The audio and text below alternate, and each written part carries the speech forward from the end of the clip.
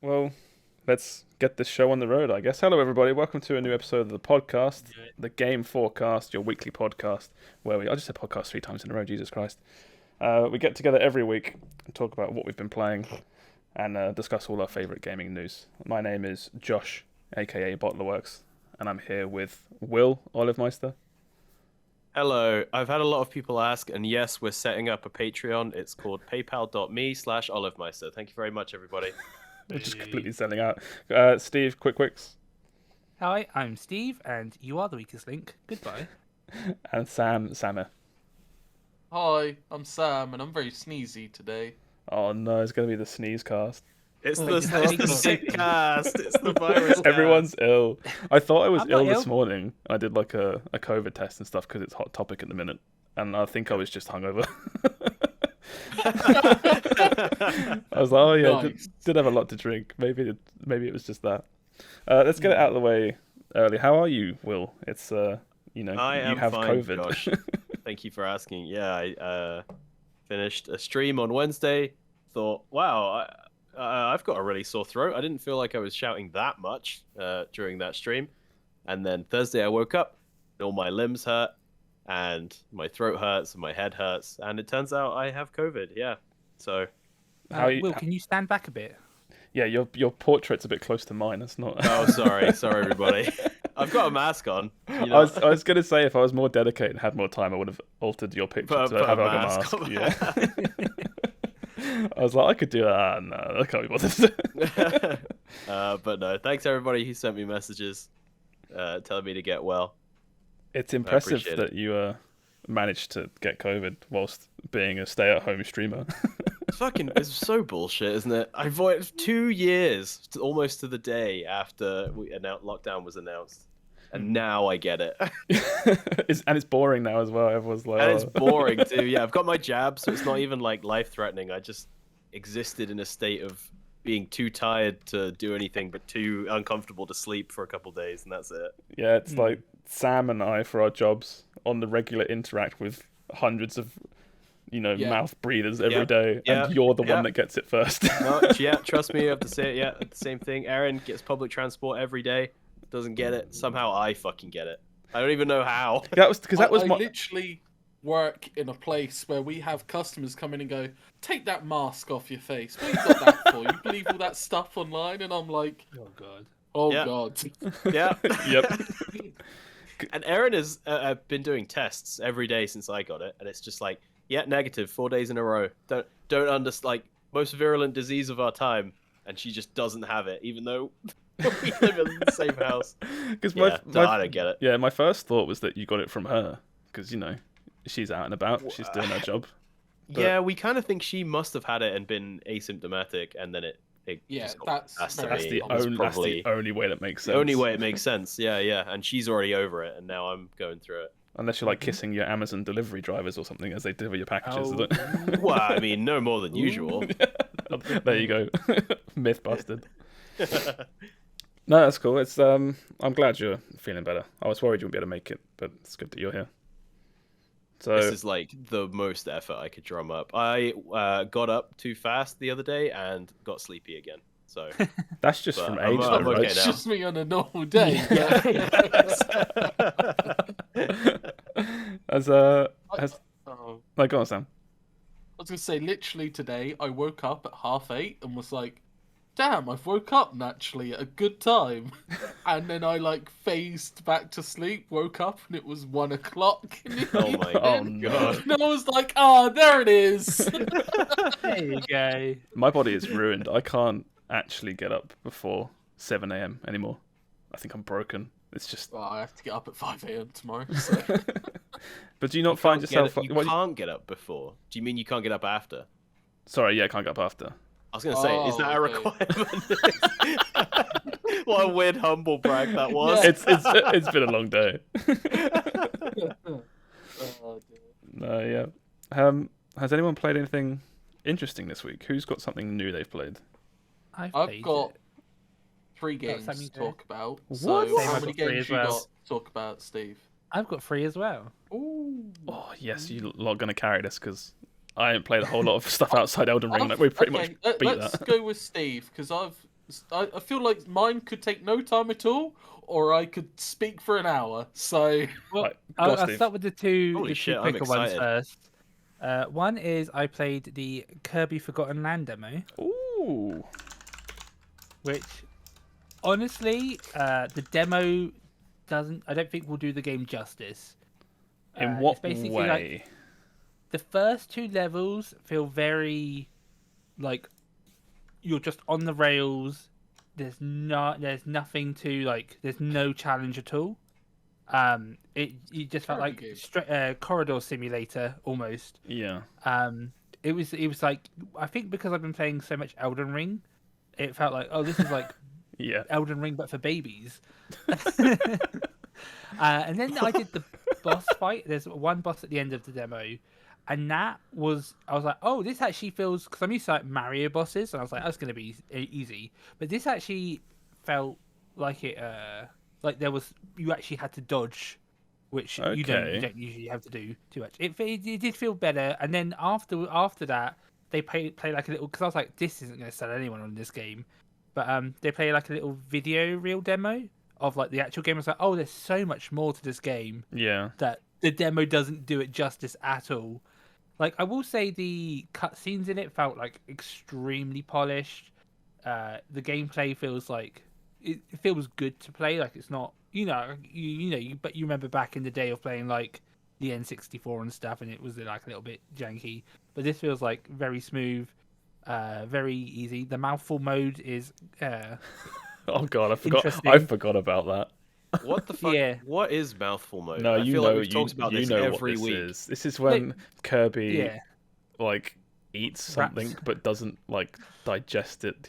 Oh my, it's weird. Yeah, so you can have your normal hats where you like inhale an enemy or a power up, and you just get your hat like that replaces your suck button with like a special attack, and then if you find an object in the world that you can mouthful mode on, which they just seem to be like purposefully like in front of like the puzzle that you need it for, you can just press Y and basically become the item.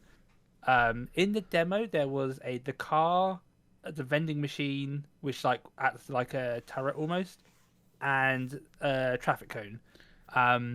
Yeah, it felt like okay, but there was just no challenge in the demo at all. So it was kind of a Kirby nothingness. games are usually quite easy. Yeah, Yeah. If you're looking for like the challenging Nintendo platformer, this is not normally it. It's kind of it's yeah, a bit of a wild card because Kirby hasn't been 3D in so long. I think yeah. I literally think, the last 3D Yeah. one was literally the N64, and they've all yeah. been 2D since then. But So I think it's also because I've been playing Elden Ring and I've been like, oh, I actually had to think. This one felt like, oh, I literally can do this with my eyes closed. It Like is it, a demo though, so yeah, it is a demo, but it also felt like, at least with like easier games, like sometimes they are interesting speedruns, and this one felt like it was like just long corridors to the point where it's like this wouldn't be like fun to watch speedrunning Oh, because it's you yeah. literally just be playing the game. I think the big Yeah. sell of this so far has been the fact that I think this is going to be not open world, but they're going to be much larger maps, and it's weird that they don't put that in Yeah, the I was demo. gonna say that was like in the video, it looked much more interesting. There was a lot of different areas and stuff, and in the demo, it was just like thin corridors almost of where Yeah, to that's go. really It's like, odd. I don't know why they would do that. You think they would just here's the yeah, demo, slap you in one of like the bigger open areas, and be 'cause like, it's not there a you game go. I was like planning to get, so I was like, I'll just play the demo. Since you didn't play it last week, I was like, I'll give it a try. Yeah, But yeah, it's like it's okay. It would be a game that I'd maybe get on sale, but it's not a game I'd rush out and buy full this price. game will never be on sale. That's not what Well, that's, yeah, Nintendo. yeah. Nintendo do not do that anymore. Well, I So, don't think they ever so did. your problem is this game is open world. It just doesn't showcase that in the demo. The demo Yeah, is I too thought it would linear. be more like I'm used to like Mario Odyssey, where it's like Yeah, it's yeah. open world. This is it's not open enough for me, at least the initial levels. yeah. And also they just Again, kind of I'll like put forward it's a demo, so they're not Yeah. going to give you true. like it's there to showcase mechanics, not much else. Yeah, Yeah, I just thought for a demo they could have showcased something a bit better. Yeah, it's just like the Um, unique part of it. If this game does have not massive, but like larger levels, that's the new main feature of it. Because if you to have a demo show off mouthful mode and Kirby's abilities, you can get that from every other Kirby game that already exists. Yeah. You think they'd show off the more unique bits? That's new. Yeah, it'd be like putting out an Elden Ring demo now that's like a corridor. Exactly. Level, Yeah. like a really 100%. super linear level. Yeah. Yeah. It's just like, well, yeah, and then showing a video of the open world. It's like, great. Just make a demo of a little bit of the open I would have world. liked to have tried that. Yeah. Yeah. That's a bit odd. It's weird. Yeah. It's a shame that you're describing it like that because I kind of think it looks really cool in all the videos, and I'm expecting a lot from it. Maybe too much. I don't know. Well, you're gonna try it, right? I will be playing it. Yeah, when it comes out, I'll be Good. playing it because Okay, these good, games. then we can have... Yeah, these games are normally like, at least the other ones were like 8 to 10 hours to literally 100%. That's what puts me off the current Yeah. like, because I loved like Odyssey and stuff, but yeah, some of the things we've talked about, like not on podcast, but what was the Mario RPG? Was it? I think you were talking about. Oh, there's a few. Is it Paper Mario? It might be. Yeah, it might be Paper Mario, but you were something like, it's like 5 hours long total. Yeah. Or it was the last Kirby game. I can't. God, it's on Switch. I can't remember the name of it. But it's a Kirby Kirby's game. Epic Yarn, or No, the one after that. I got it for Christmas. Laura got it for me for Christmas, and I think I had finished the game by Christmas evening. Yeah. And it was What like, was it? and she was like, "Oof." Like, Christmas present, whatever. It's like that was a full price game. Well, yeah, wasn't it? What was it? WarioWare. When we came down to yours, played WarioWare, and we're like, oh, I guess we have to play this to get all the mini games so we can play like party mode. And we played the whole game and unlocked everything in like 2 hours, and that's a full price game as well. Yeah. It's games like that remind me of why I rent a lot of stuff, because like I'm renting Elden Ring now, and I'm like, I could have bought this and gotten more than enough time out of it. But then it's stuff like Kirby and WarioWare where it's like, I'm glad I played this, but I can't justify full price for a game that's like 5 hours long anymore. Yeah. Especially when I can play Vampire Survivors or something for like £2 for like 50 hours or something. For more achievements. No.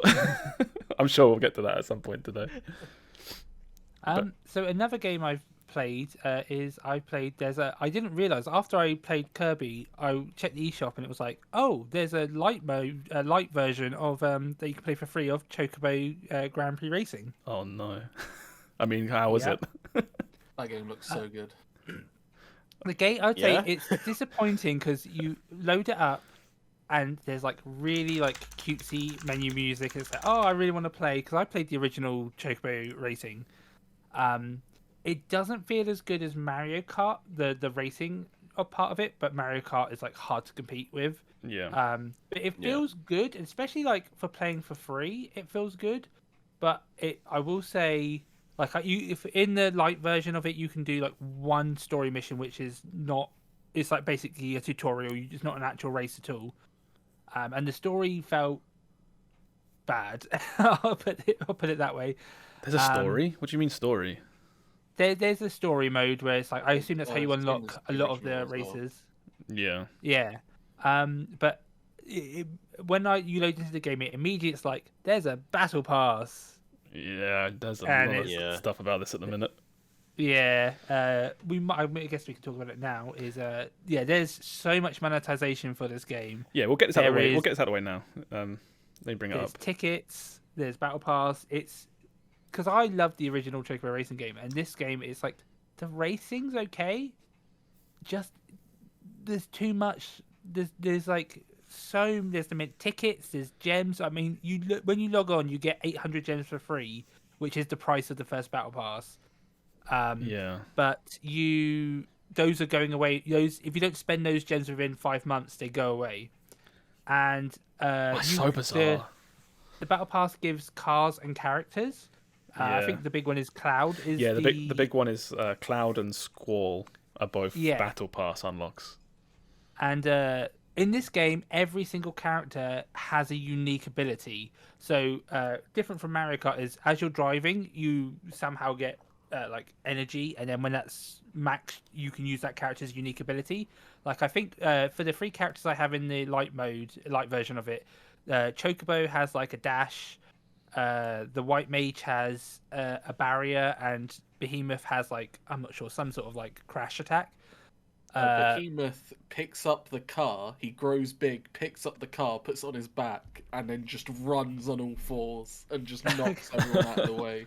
Isn't Not that that I've watched a lot of gameplay or anything. That's the chain chomp, right, from Mario Kart. Yeah. But it's like such a charming game, but I'm just like, I don't want to be having to feel like I have to log on, or I'm gonna miss Battle Pass stuff, or I have to grind out a Battle Pass to get stuff.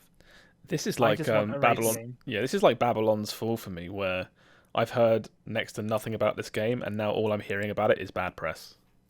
Well, it's like the racing. I've heard from people, including Sam, that the racing's actually good, and the racing feels fun, but it's just it's bogged down by microtransaction bullshit.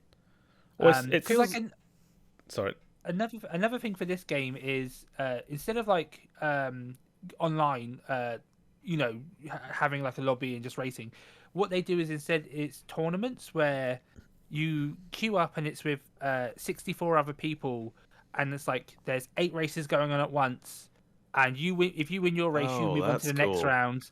And so you got to win like 4 in a row, and they progressively get. I'm not sure if it was bots or not. I assume it's real players because they had like real player names, but it progressively gets harder and harder because the first race it's like, oh yeah, everyone's there, and then you're just getting to the better people. Like the top 4 of each race progresses forward.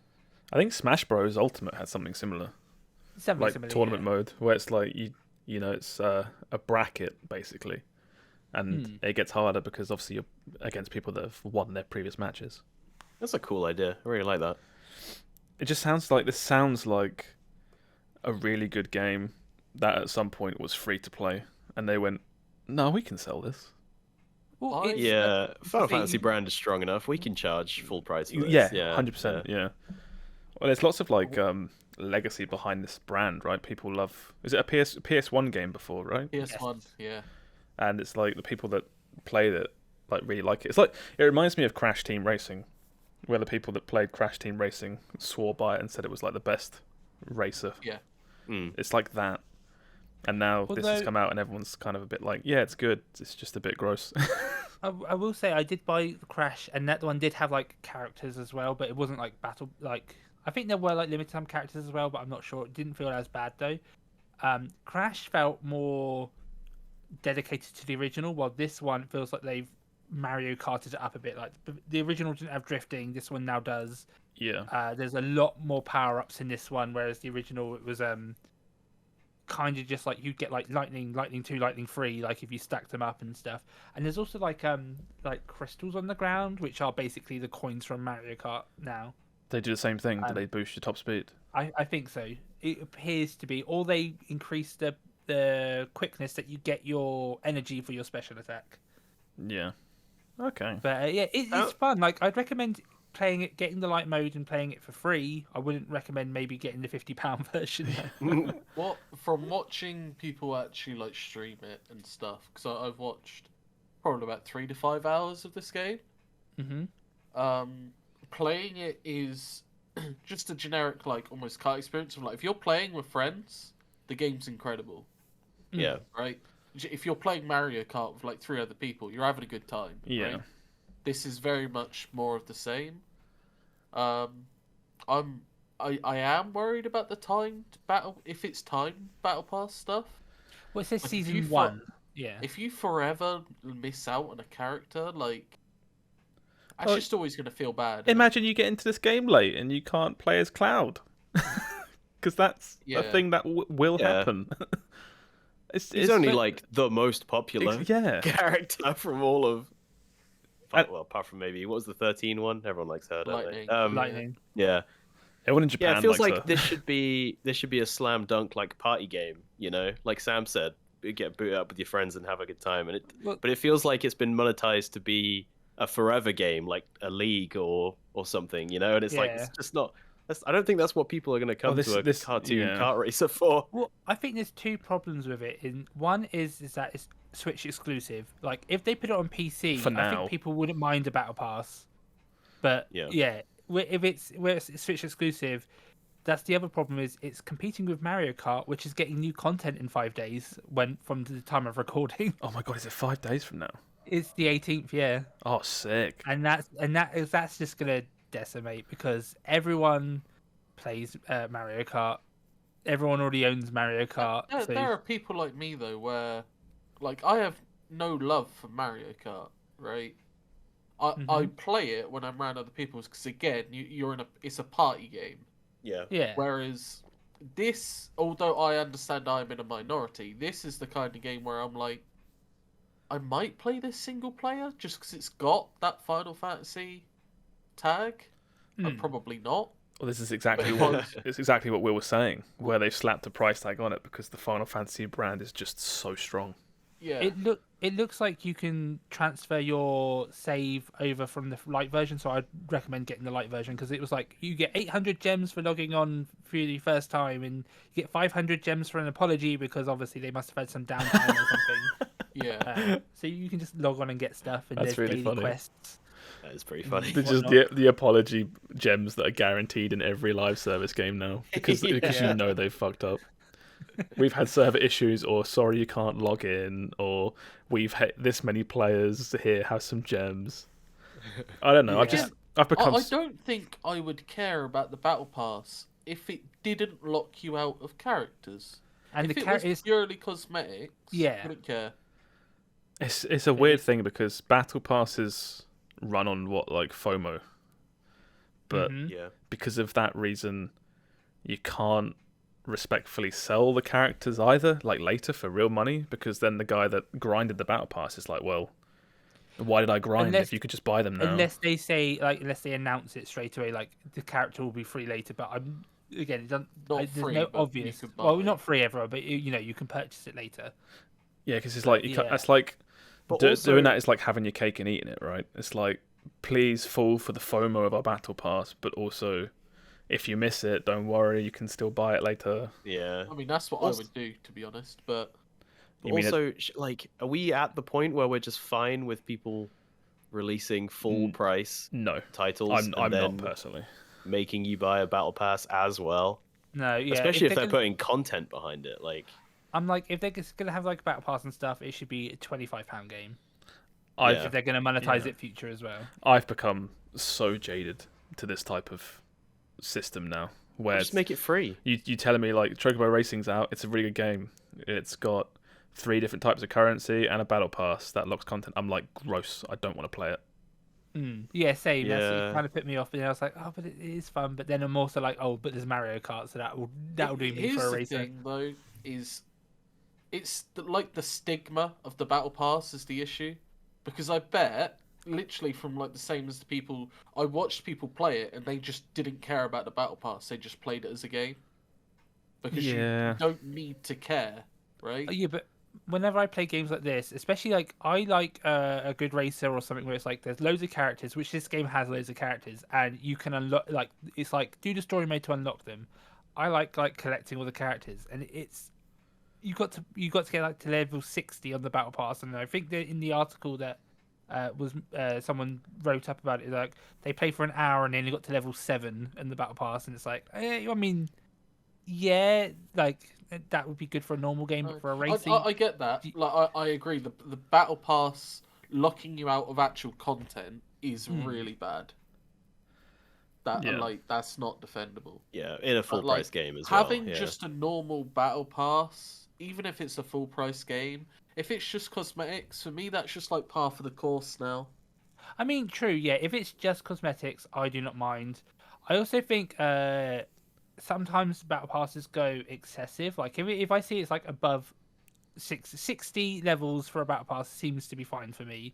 Maybe 100 at a push, but it's sometimes like this one I checked and it was like at 60 you get Cloud, and I checked and it went all the way up to like 170 where you can get like a gold car for Cloud, and I'm like, oh, come on. No, please stop. I don't know.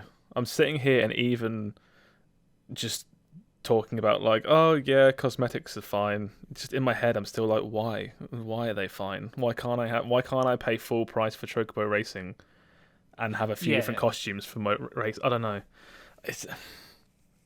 Square Enix, for whatever reason, just seem to really be chasing this live service model Square Enix hard. in general just drop the ball. They're trying I don't know what they're doing now. Everything they're doing, they're trying to pump live service into it. You've just had Babylon's Fall. You've now got this. You had Avengers that was, didn't do great. But that was live service. You got, what was the other one? Outriders. It just feels like everything they're doing. It's just like, can we staple live service stuff onto this? And the thing is, they probably could do it in a good way, but they just seem to be like, oh, that makes money. Just add it somehow. Make it obnoxious. It still just feels like a bunch of investors in a boardroom at like Square Enix or Capcom or all these other companies and being like, yeah, it's cool you're making Final Fantasy 16, but have you seen how much money Fortnite makes? How about we do that, huh?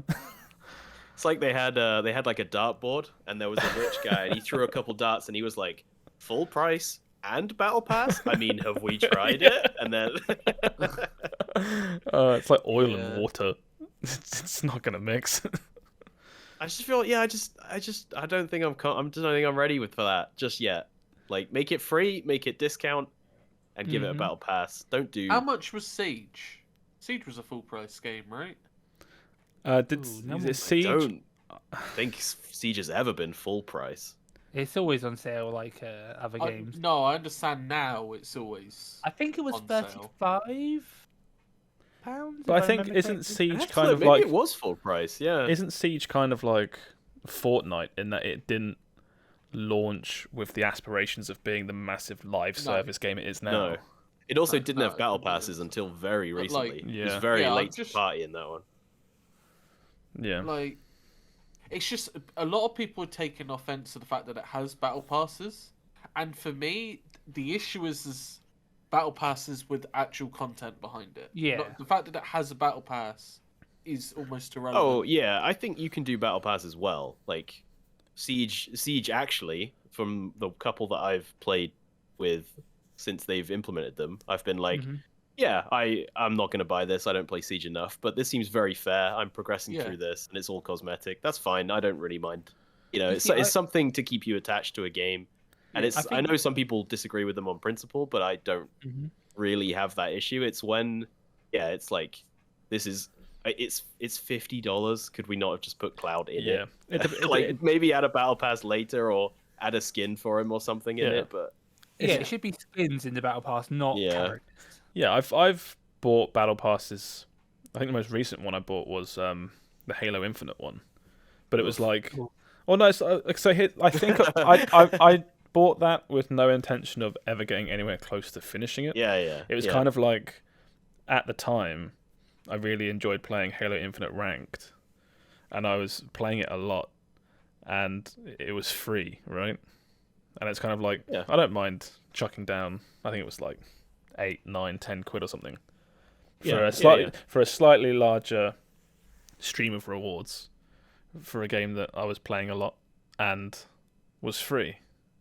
But it's like, say, when it's a game that I've bought and it's like, thank you for buying it, now to get some of the other content, play it a lot more and also pay more. I don't know, just doesn't really sit right.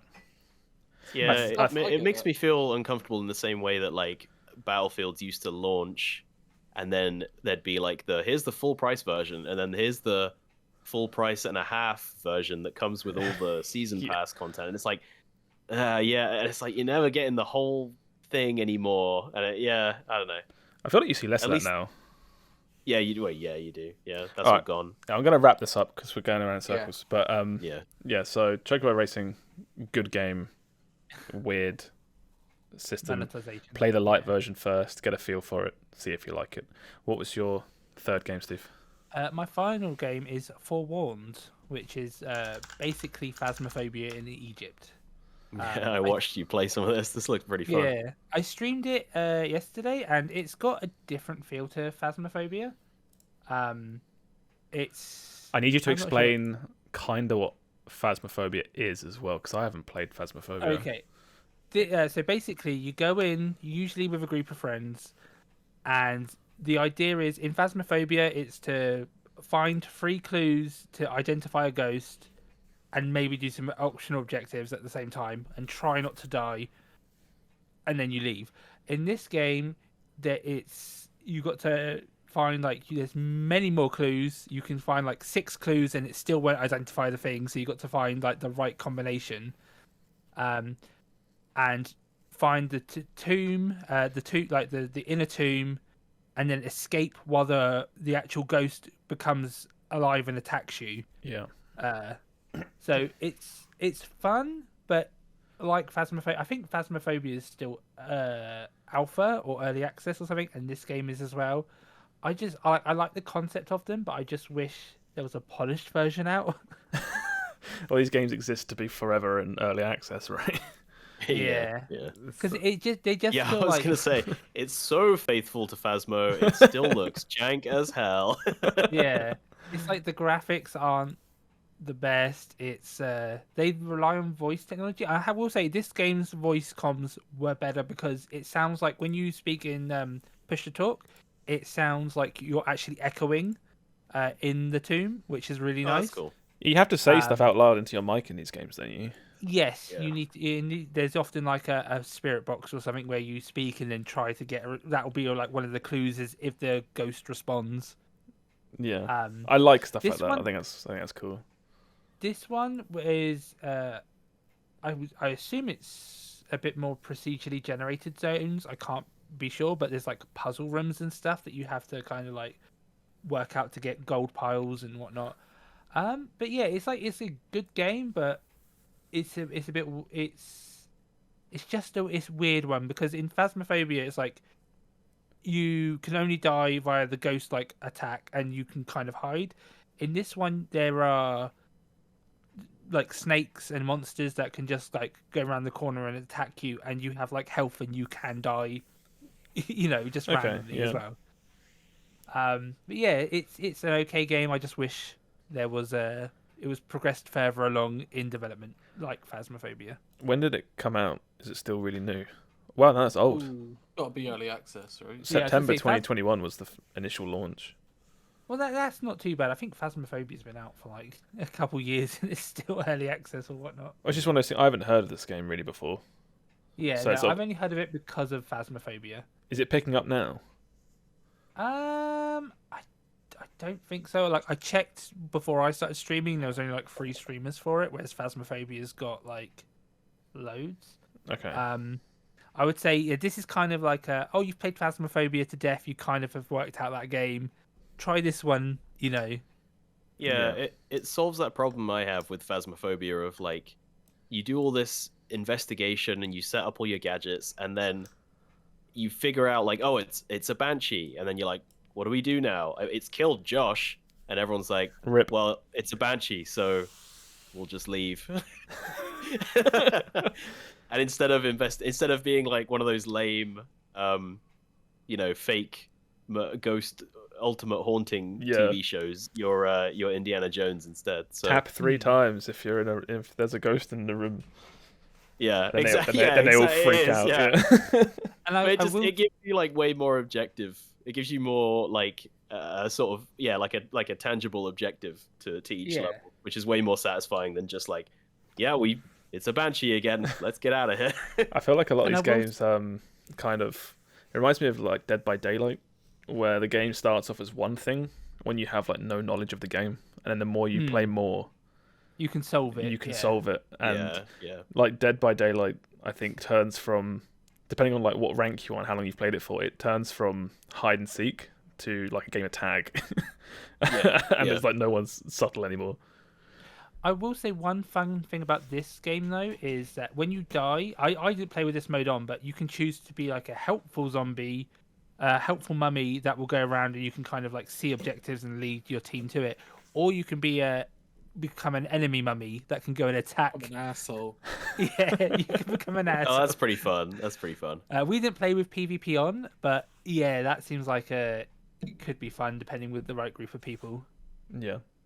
Okay. Because some people would just be permanently choosing I'm going to kill you down and hunt you down. That would be me. Yeah. I'm not think going to lie. I think another problem with this game is in Phasmophobia, when you die, you lose your equipment, but you buy it back. In this game, it seems like instead of having temporary equipment, the money you earn goes to permanent upgrades, like permanent equipment that you can get. So it feels like you want to kind of like play it to get everything unlocked, and then you can start playing like the harder difficulties and whatnot. Okay. Cool. But yeah, that's what I've played. You've played a lot of stuff this week. I played Kirby and Chocobo Racing like 3 hours before this podcast. Yeah, Steve said he scrambled and just played everything. Gotta an find hour something before to talk we started about. recording. Yeah. I'll go through my one really quick because I haven't played much new stuff this week. It's kind of, again, it's a done topic, but we've been playing more Elden Ring, slowly getting through that. What a surprise. Yeah, we started again, I think, after the last podcast. I think I'd started again. We're sorcerer now. We're full on mage. Yeah, same. Yep. Actually having a lot more I fun. switched over to a mage character. My second character is also a mage. Yeah. It's insane how much easier the game is when It's so you much. have It's so even a slight amount of range. It's Are like you, by any chance, a man who is naked but you have a wizard hat? Essentially, yeah. Well, if I get hit, I die. It's just nothing can ever reach me. yeah, that's And if they do, hey, they earn it. yeah. It's funny how when I was playing like a warrior character with a sword and shield, you have your Estus flasks, the crimson ones for health, and none of the mana ones, and it's like it becomes a game of, every time I take damage, I will drink. Eventually, when I run out of these health potions, I will die because I can't heal. But now, playing a mage it's so similar, but in like another way, where it's like all my pots are now mana pots. I have no healing, but they basically might as well be health pots because when I run out of mana, I'm gonna die. Yeah, I've either reached the next bonfire or I am dead. Yeah. Because I've had boss fights where I've run out of mana, and it's like, well, now I literally can't do anything now, so I'm dead. It's so funny because you'll get a boss to literally 10% health with all your spells, and you'll run out of mana, and then you'll go up and stab him, and you'll do such a fractionally small amount of damage. You might as well be starting the fight all over again. You know what I mean? It's so I've been doing the same thing. It's very fun. But yeah, we're having a lot of fun. We have, again, no spoilers, but we've got 2 of the main bosses done now. Nice. So nice. Which you call them 2 legacy dungeons, you call them, right? Where it's like an older Dark Souls game. There's a name for those bosses too. The guys with they have great runes, right? That's what you're talking about. 2 of those guys. Yeah, two of the bosses where you rock up and there's a cut scenes and this, that, and the other, and it's all a big spectacle. It's not just equivalent to the lords. Yeah, essentially, yeah. Yes, yeah. You get bosses in Elden Ring where you rock up and it's just an angry lion or something, but it's got a boss health bar, but it's just an angry lion. And then you get to a great rune boss, and it's blah blah blah blah, and you get teleported somewhere, and it's like oh. He chats a bit of shit at you before the fight starts. Yeah. So, I have to say I've been playing mage as well, and I've been 1 to 2 shotgun bosses, whereas when I was playing with sword and shield, it's I never struggled 3 to 4 times. Actually, I don't think any boss in Dark Souls 1 or Elden Ring has given me trouble yet. So I guess I'm just good at the game. I guess you're just good at the game. But you are playing mage though. It's kind of even I'll admit that mage is a ton easier. Yes, it is. But yeah, still. I'm always shocked when I walk in and I do that little. Cause you start with a little. It's called a glintstone pebble, and it's just literally he just holds his stick up, shoots a tiny little bubble of damage at them, basically. Tiny little pebble, he just wings their way. And I am always shocked when I walk in, I lock on, I fling a little pebble, and I'm like, how much damage did that do? What the fuck? It's similar in that. This is my most basic move. I've got thousands of these. It's the exact same thing where you said you took a basic longsword throughout the entire game.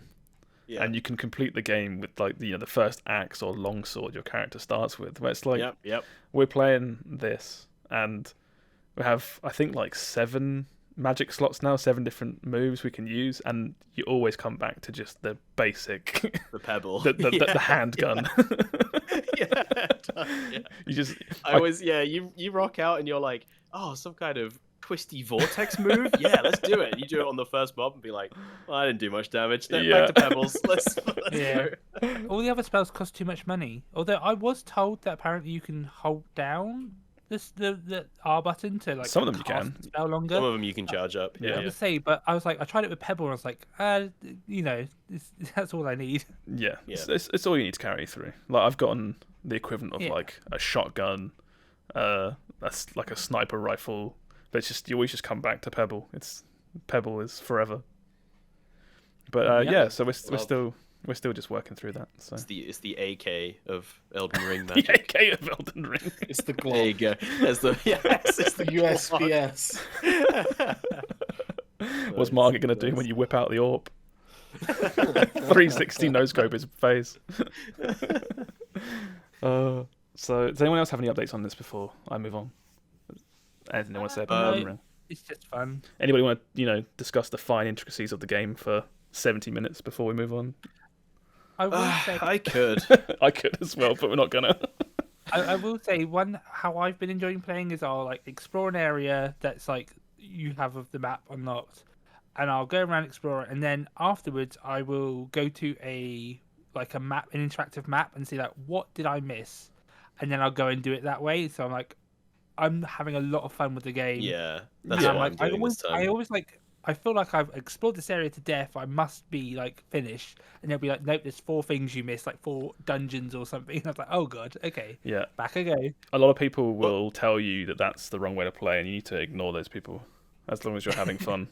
That's what. That's Yeah, what I it was is. gonna say, Elden I'm Ring having- is like the final boss of wrong ways to play Yeah. Dark Souls. It's, There's so many wrong ways to play this game. I don't think there is a right way anymore. I am think playing it's just- blindfolded with one However, hand it's behind my like, who back. cares? Yeah, well there you go. Right. Yeah. Yeah. I watched a stream, right, and someone goes, so and so finished it in 80 hours. Wow, they must have skipped so much content. And I'm like, do you understand the gravitas of that sentence? Like, Oh yeah. Well, I finished 75, and I feel like there's places I just didn't go on that map. There's yeah. bosses I never saw. Yeah, very excited to there's go back been a through it again. speed run of someone who's finished it in under an hour now. So Yeah. It's Yeah. like, I think it's down to like 40 minutes. Is the It'll speed run. it'll keep getting lower and lower. I want to. Yeah. I think I'm going to watch that speed run after this because I'm like, I really want to see what it's like. The fact, But they're not gonna spoil it for me.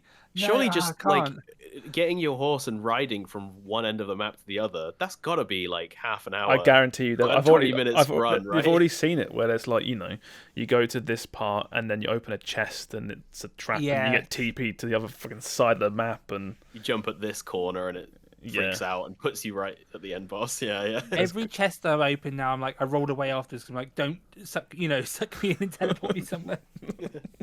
No, I like that Chest shit. is As soon as I open a dangerous. chest and it starts frothing, I'm like, oh yeah, let's go, son. Where are we going? I'm like, yeah, where are we going free tonight? ride.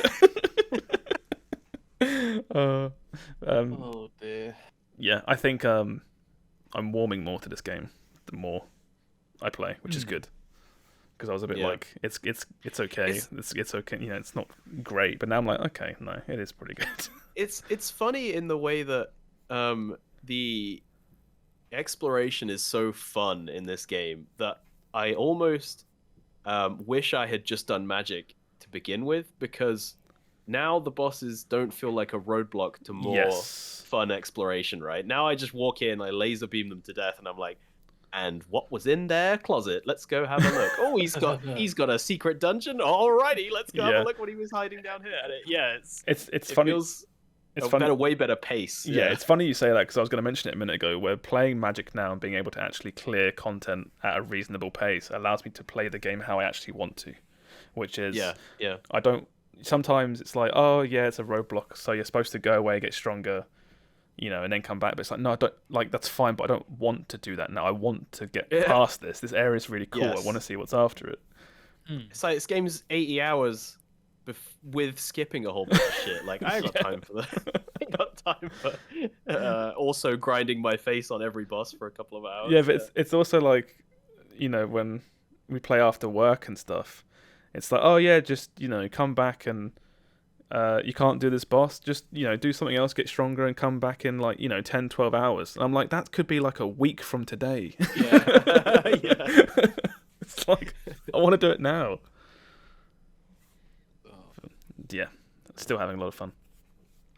Elden Ring good. Elden Ring good. I played that, and another game I played. I don't have much to say about this, so don't get too excited. But I purchased and started playing Core Keeper. Horizon. Oh, No. Oh, that's One day. Scorekeeper. It is called Scorekeeper. Core. It is called Is that Core Chevy Keeper, right? Chase? What the fuck? It's Yeah. Scorekeeper. I got to type Core Keeper game. It's so niche that it comes Second up week in a row where we've got this name wrong. Woohoo! This game will never get found. with. I've been playing a little bit of this. When I say a little bit, I'm literally like an hour and a half in. Yeah. It's like nothing for these games, but so far it's just like, yep. So you've made one pickaxe. I've made a bronze pickaxe. I've dug through some walls, found some Nice, slimes, nice. killed some slimes, made a bronze sword. Oh, you fuck yeah. It's like I'm playing it and it's like, yep, it's Terraria, it's Minecraft. Terraria. So I haven't actually found anything in this game unique to this game yet. Yeah. I'm sure it's there somewhere. There's like a core in the middle, I think. Don't know what it does. So as I said, there's not much to talk about this, but this was kind of here where I think it was one evening. I was like, I don't want to play Elden Ring today, but I want to play something. I was like, I remember this. I'll get this. So hopefully, What is the guerrilla marketing that's gone on with this game? Where I feel like Sam talked about it in early access. Now you've bought it. I've seen a whole bunch of people stream it who I would never think like, oh, this is their game, and it's like suddenly everywhere. I think I'm always amazed when indie games Maybe they do that. got just free blow keys up. for it. Maybe they did. Hey, I I requested know a free key. I haven't got it a yet. couple of streamers got sponsored to play. Though. and here I am I buying it think- like a sucker. I Yeah. think that's the way to go sometimes. I think you need to get certain streamers which play similar genres or style of games. I think that's a really effective way of doing marketing. Oh, is yeah. Sponsoring them guys. Yeah, I'm not far enough in yet to know if this game is quote unquote good, but I've played and seen enough that I know that if you have that like Terraria itch, this is like a good enough way to scratch yeah. it. Yeah. Where you're just like, I don't want a big massive narrative or whatever. I just want to put down a crafting bench and I just want to, mine some ore, make a farm. Yeah, I mean, it looks cool. I watched someone fighting a boss the other day that had like actual mechanics and Yep. and rotations and stuff, and he was like, "Oh, I can't beat this right now. I need this X item, I think." to Yeah, it's come like back. and you can I was like like, "Oh, that's neat." you can open up your menu, like your inventory, and there's like skill trees for like all the different things, like combat, mining. It's like That's cool. it's not just upgrade your pickaxe through the rarities. It's like you can actually level up and get skill points and put them into doing certain things better. It seems really good. So I played a bit of that. So that's me done this week, by the way. It's just those bits there. Hey, on to Sam then. Alrighty. I'll start with the shortest one, which is Horizon Forbidden West. Oh, Someone played it. Debate and switch. We thought it was Josh, but actually it's Sam. I started it yesterday. Oh, okay. I got probably about 3 or 4 hours in. Really enjoying it. I knew I would. I mean, I've watched the start, so I was yeah. I was playing content I had seen, but it didn't stop me exploring and finding every treasure chest good. and That's doing good. what I Yeah, did. yeah. The opening is quite 'Cause I linear. was like, well, just because I've seen someone do it, I bet they missed something. Yes. Or, Yeah. listen, I can't trust them. I got to do it myself. So There's nothing worse than Um, watching someone play a game like a streamer or a YouTuber, and like you see like a corner of a room that you just want to go have a look at, and Yeah. they just like, oh, Yeah. let's leave. And you're like, no. Yeah. something shot in that There's corner. something over there. But no, absolutely. I think I'm just about to hit open world Yeah. very soon. But that's going to be a while off because my play session was cut short because my PS4 crashed Oh no. Oh and no. is currently not turning back on. Oh, no. Rest in What the fuck? peace. So I'm in the process. I should hopefully have that fixed either tomorrow or the day after. I'm just gonna Like I'm manually troubleshooting. I just need to open it up, clean it out. Yeah. Do And then once I've cleaned it out, go from there. Do they still lock cloud saves behind PlayStation Plus? Oh no, I No don't clue. think they I do. don't Right? have PlayStation Plus, so I wouldn't That's know. what I'm saying. Not to like scare you, but I've got a horrible feeling that might be the case. How would that impact me though? Well, if you have to get a new PlayStation. I would not get a new PlayStation, but Oh no, if you got a PS5, then I would have to start again. He just means in the scenario where you've told it. yeah, Somehow. I'm not talking just about this game, right? I'm talking just like a legacy of all your Persona yeah, no, saves. I would have to start again. Yeah. Yeah. Okay, you're more cool with that than I would be. Apparently, Yeah. it'll, He's only done the tutorial. Cloud saves, in my eyes, is still like a thing of the future. It's not something I'm used to yet. Like, if I play Persona 5 for 70 hours and go around someone else's and I haven't brought my machine, that 70 hours doesn't exist until I'm back at my machine. You know what I mean? I think it's weird how in some places it's completely fixed, and you don't even have to think about it. And in other places, like apparently maybe PlayStation, it's a thing you have to worry about. Like I think Nintendo's even worse. Same for Switch. Yeah. I Yeah. think it Same might Switch, be a game-to-game thing, but it could be a company-to-company thing. Because I was playing something before me and Erin moved in together. We were playing something on our respective, Steam libraries, and it didn't even when I was like, "Oh, I'm coming down," we can play on my save for a bit, and I'll show you whatever I was doing. I can't even remember what game it was, but it didn't even occur to me that my save wouldn't be accessible just from the cloud to her PC if I logged in with my account. And it's always funny when I'm like, oh yeah, I didn't bring my memory card in air quotes, and I just don't have my save. That's so weird at this point. PlayStation needs a PlayStation Plus account for cloud saves. That's gross. Yeah. That's pretty weird. I don't think that's gross. A save file is what, like kilobytes? I suppose Disappointing. it's disappointing. Yeah. Yeah, I was gonna say, like, for me for Switch, it's cheap enough that I'm just like, I have it subscribed every year. PlayStation Plus, I only get when there's like free games that I want.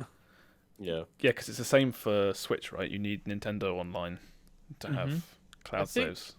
Here's my view on this: is with consoles, you're physically like most of the time physically, but obviously you can still buy games online.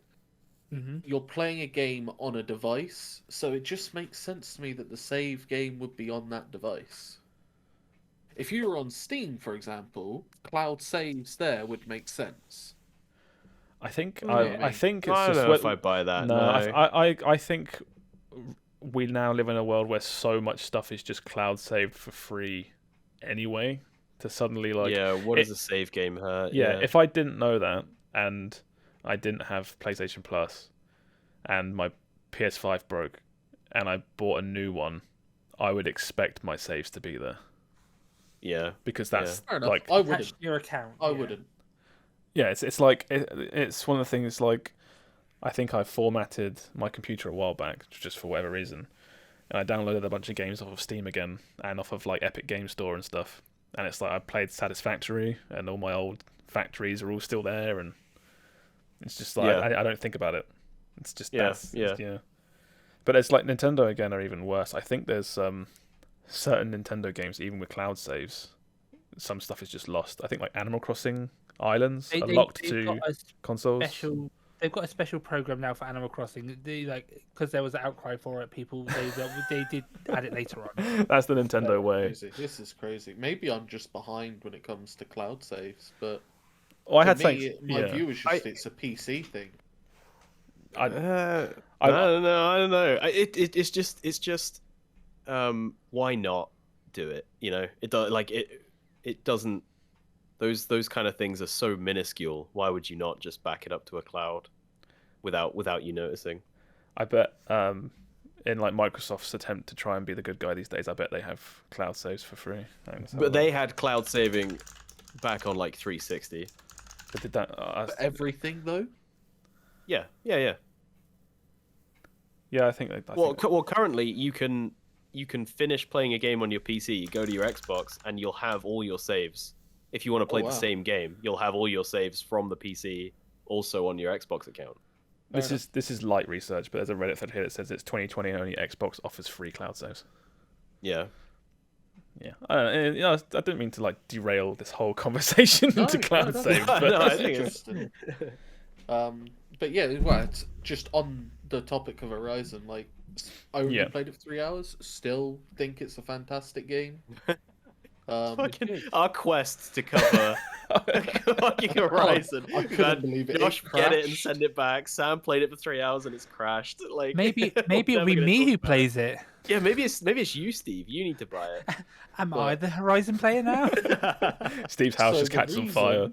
The reason I had moved on is because I've finished Atelier Sophie 2. Oh. How does life feel post big JRPG? Yeah, it was good. That feel when your You know, waifu wasn't real. I have one gripe with that game, right? And it was at the end, because you beat the final boss, standard JRPG things, right? You beat God, yeah. Yeah, you killed God. And then afterwards, it does the like, right, we're going to wrap the story up now, because it's very casual again. It's like, oh, we're going to go see all the friends you made along the way. And I'm like, yeah, it's anime as hell, that's fine. Mhm. And then it goes, oh, but you need to make gifts to give to all of your friends. So go do that alchemy thing you've done all game. Oh, so it gives you like little busy works after I'm you've like, already. I am done with the game. Give Yeah. me credits. Start putting up It was YouTube. really funny. That's really funny. We want a post-credits beach scene. It was. It had a hot spring scene. Of course it did. Of course it did. But no, I was just there, just like, I can't believe this. Like, I have spent all game long doing this mechanic. Now that I've finished and I've made the decision to get to the point where it goes, when you get to this point, there's no going back. This is you. You know, this is our warning telling you you're finishing the game. You can't just trot back and go back to happy-go-lucky town. And it's like, just give me credits, or just give me a nice cutscene, with them talking. Don't make me fucking do all this busy work. Let me It was die. literally my only gripe is because it was the end of the game and I'd resolved myself to finish it, and I was like, I just want the game to be done. Yeah. I finished the game. I know I have. You told me you're about to end. It's like Mass Effect, right? You beat all the Reapers, and then right before the end credits, some guy's like, there are a couple planets we need scanning though. If you could hop in the old terminal over there, just for a couple minutes. Here's here's a handful of probes. Go nuts. Anytime you've got a minute. But we will not let you hit credits until you do it. So please. Yeah. I mean, it's very small, but I have a question. You've played a lot of JRPGs. Where would you rate this in your list of JRPGs that you've played? Is it like one that you recommend everyone must go and play, or is it like if you like JRPGs, go play it, but if not, you can skip it? This game very much comes under, if you like JRPGs, you can play this. Mm-hmm. If I had to recommend like a JRPG, I would recommend something like Persona 5, for example. Nice. I think that game is such an easy sell to someone not in the genre. Because it just does so many things well. Yeah, like, I'm not into JRPGs, and I really liked Persona 5. Like, I think we're talking art style, story, music. It is top notch in every aspect. Whereas this is like, if you're not into like the anime style or into JRPGs, I don't see how you could finish this game, unless suddenly you just didn't know. No one is picking up the box for this game and looking at it and buying it unless they already know what this type of game is. Confused about what kind of game this is. Yeah. You pick this game up and you either know you're going to be into this game or you're not. Yeah. No. This is the JRPG enthusiasts. What I will say is it's incredibly just like comfy is the word I would describe it. Yeah. Like it has a difficulty thing where you can put it to hard, and the hardest difficulty is called charismatic. But it's also got easy and very easy. Like, this game is as difficult as you want it to be, but it's just so comfy. You just play through it. It's very anime. It's all about Yeah. friendship and all of that, nonsense. All the people playing But- this game already know they're going to like this game. Yeah. It's not someone's mum going into a game shop and picking up a box with 4 anime busty girls on it, taking it to the counter and being like, would my son like this? Yeah. I mean, I could probably easily- would. But... I could Probably, easily yeah. put this as like a 7.5 or 8 out of 10 game and be like, this is probably a 9 out of 10 if you're really into JRPGs. Yeah. It's no Persona 5. Okay. Nothing. Very few things. Persona 5 in my eyes. God, do you remember when Persona 5 was first announced and how hype that first trailer was? Oh, don't. There's a Man. bit I remember in the first trailer for Persona 5 where it's like it shows Joker walking around and then the game pauses and it shows like the UI for the first Yeah. time Oh. and I remember just like freaking out. I was like, Yeah, oh my god, this the looks UI, absolutely absolutely. insane. Top notch. Oh. It might be They announced- my best looking If game no of all one's time. played Persona 5, I you haven't. need to play Oh my Persona god. 5. Okay, Persona 5 menu. Have you? Yep, you go, Steve, sorry. I was gonna say, have they announced a new Persona yet? No. So there one's is been out a while. normally around main Persona games, you're looking at 8 to 10 years between each Ooh. Persona game. Like, they don't come out quickly. The last Persona game before this was on PlayStation 2. Wait, so if it's 8 to 10 years and we're on Persona 5, these were being made before I was born, or? Well, maybe Not- they busted out the earlier ones quicker. But Persona 4 was in development for a long time. Persona 5 was in development for a long time. Okay. But it pays off. Because for me, I think I like Persona 4 more.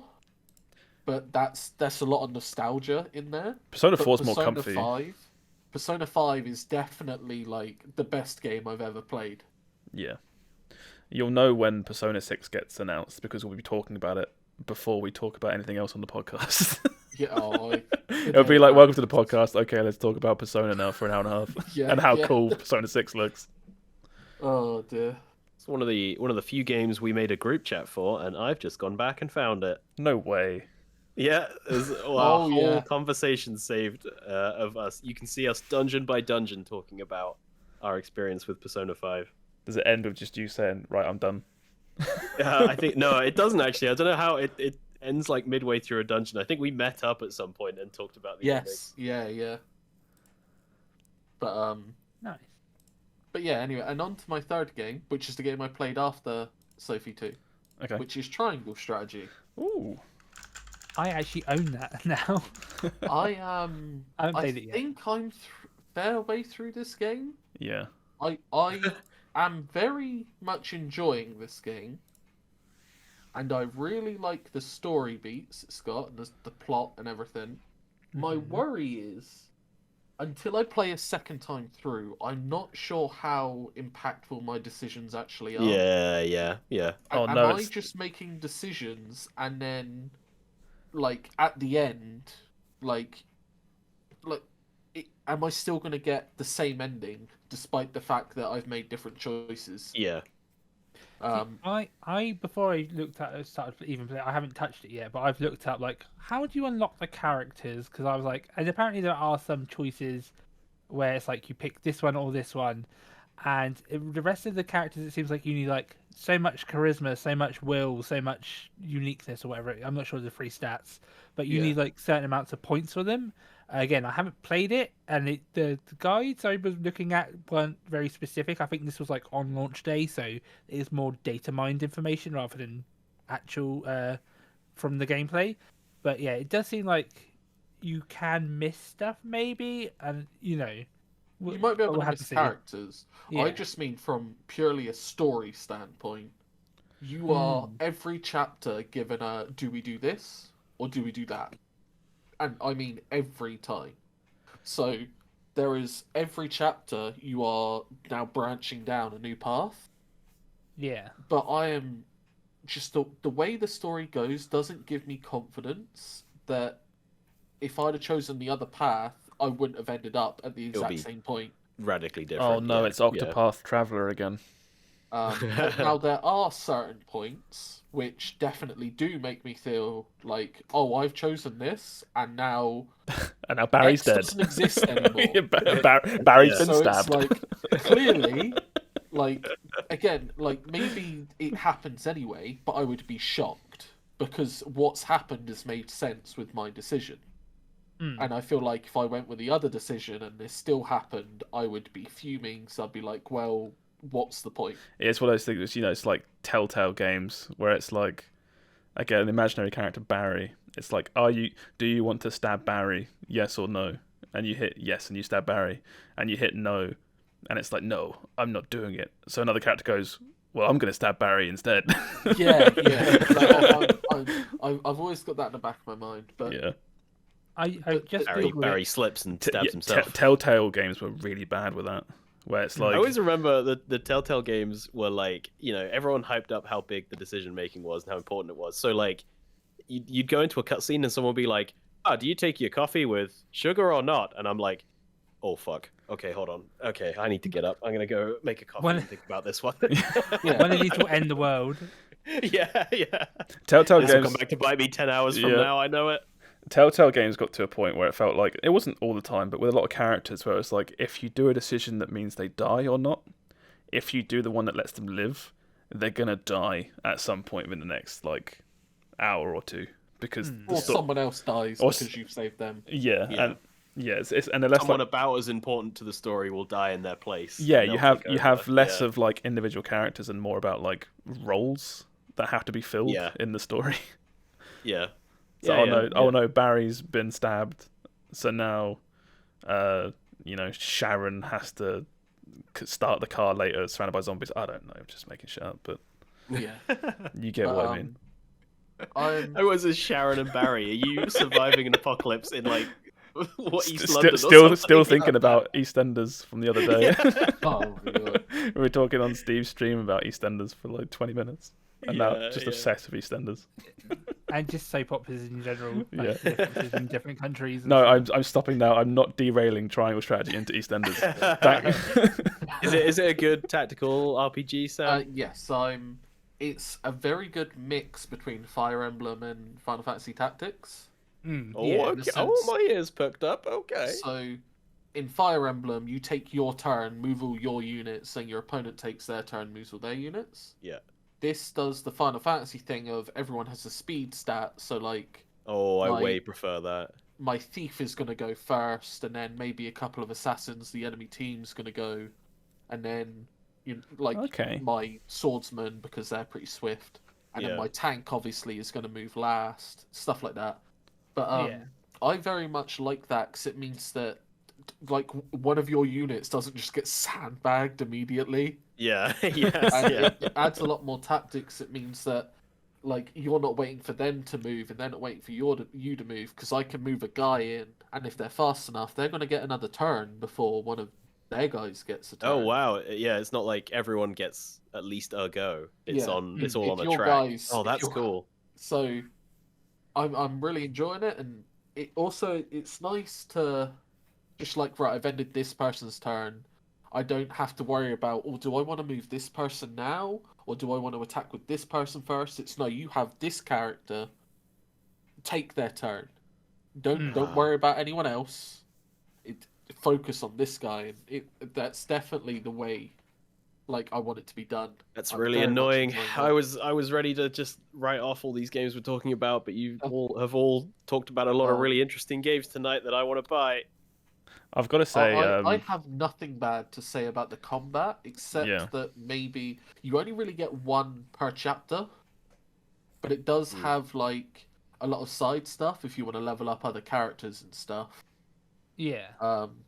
Which it's like, I don't think it's a bad thing, because it means that like I'm on chapter 13, and that means I've done 13 big combats, right? Yeah. Okay. Which the reason I started Horizon is because I was like, I can't just cane this game. It takes so much mental toll of having to take in all the story. Yeah. And then doing a really big tactical RPG combat. I can't just do that back to back to back to back. I need a break. Whereas like the JRPG in Sophie 2, I was just able to just cane 9 hours. Because I haven't said, I've had the past week off, which is why I've managed to cane through so much. I had an stuff. inkling. You finish a massive JRPG and also start another big tactic game and this, that, and the other. So I managed to just put like another 20 or 30 hours into Sophie 2 and just finish it. Yeah. Which would have taken me like 2 weeks at least. But yes, it takes a bit of a mental toll where I tried to do everything all at once. And now I've decided I'm going to just try and do a chapter at a time. That seems good. I like it's like the reading a chapter. good book. That's probably exactly how they wanted you to play it. The way I was going to compare it to was Phoenix Wright. It's normally a Phoenix Wright game has like 4 to 6 cases, right? Yeah. If you finish, normally you don't even do a whole case in one sit. No, it breaks up with days and court cases, doesn't it? If you do bang one out, you don't immediately go into the next one. You wait. You're like, I have just done like 6 hours of investigating, doing this mini game, and then doing the confession and all of that. Like, I can't now just take in all this other new information. You finish a Phoenix Wright case and you gotta sleep on the result because you've just found out that the maid did it with a candlestick in the library. Shock twist, and you're like, oh my god. And then you start a next case and it's like, oh, here's Pugsy the clown. Nice to meet you. And it's like, no. Yeah. Your hypotheticals are all over the place today, mate. That was accurate to Phoenix Wright. Oh right, okay.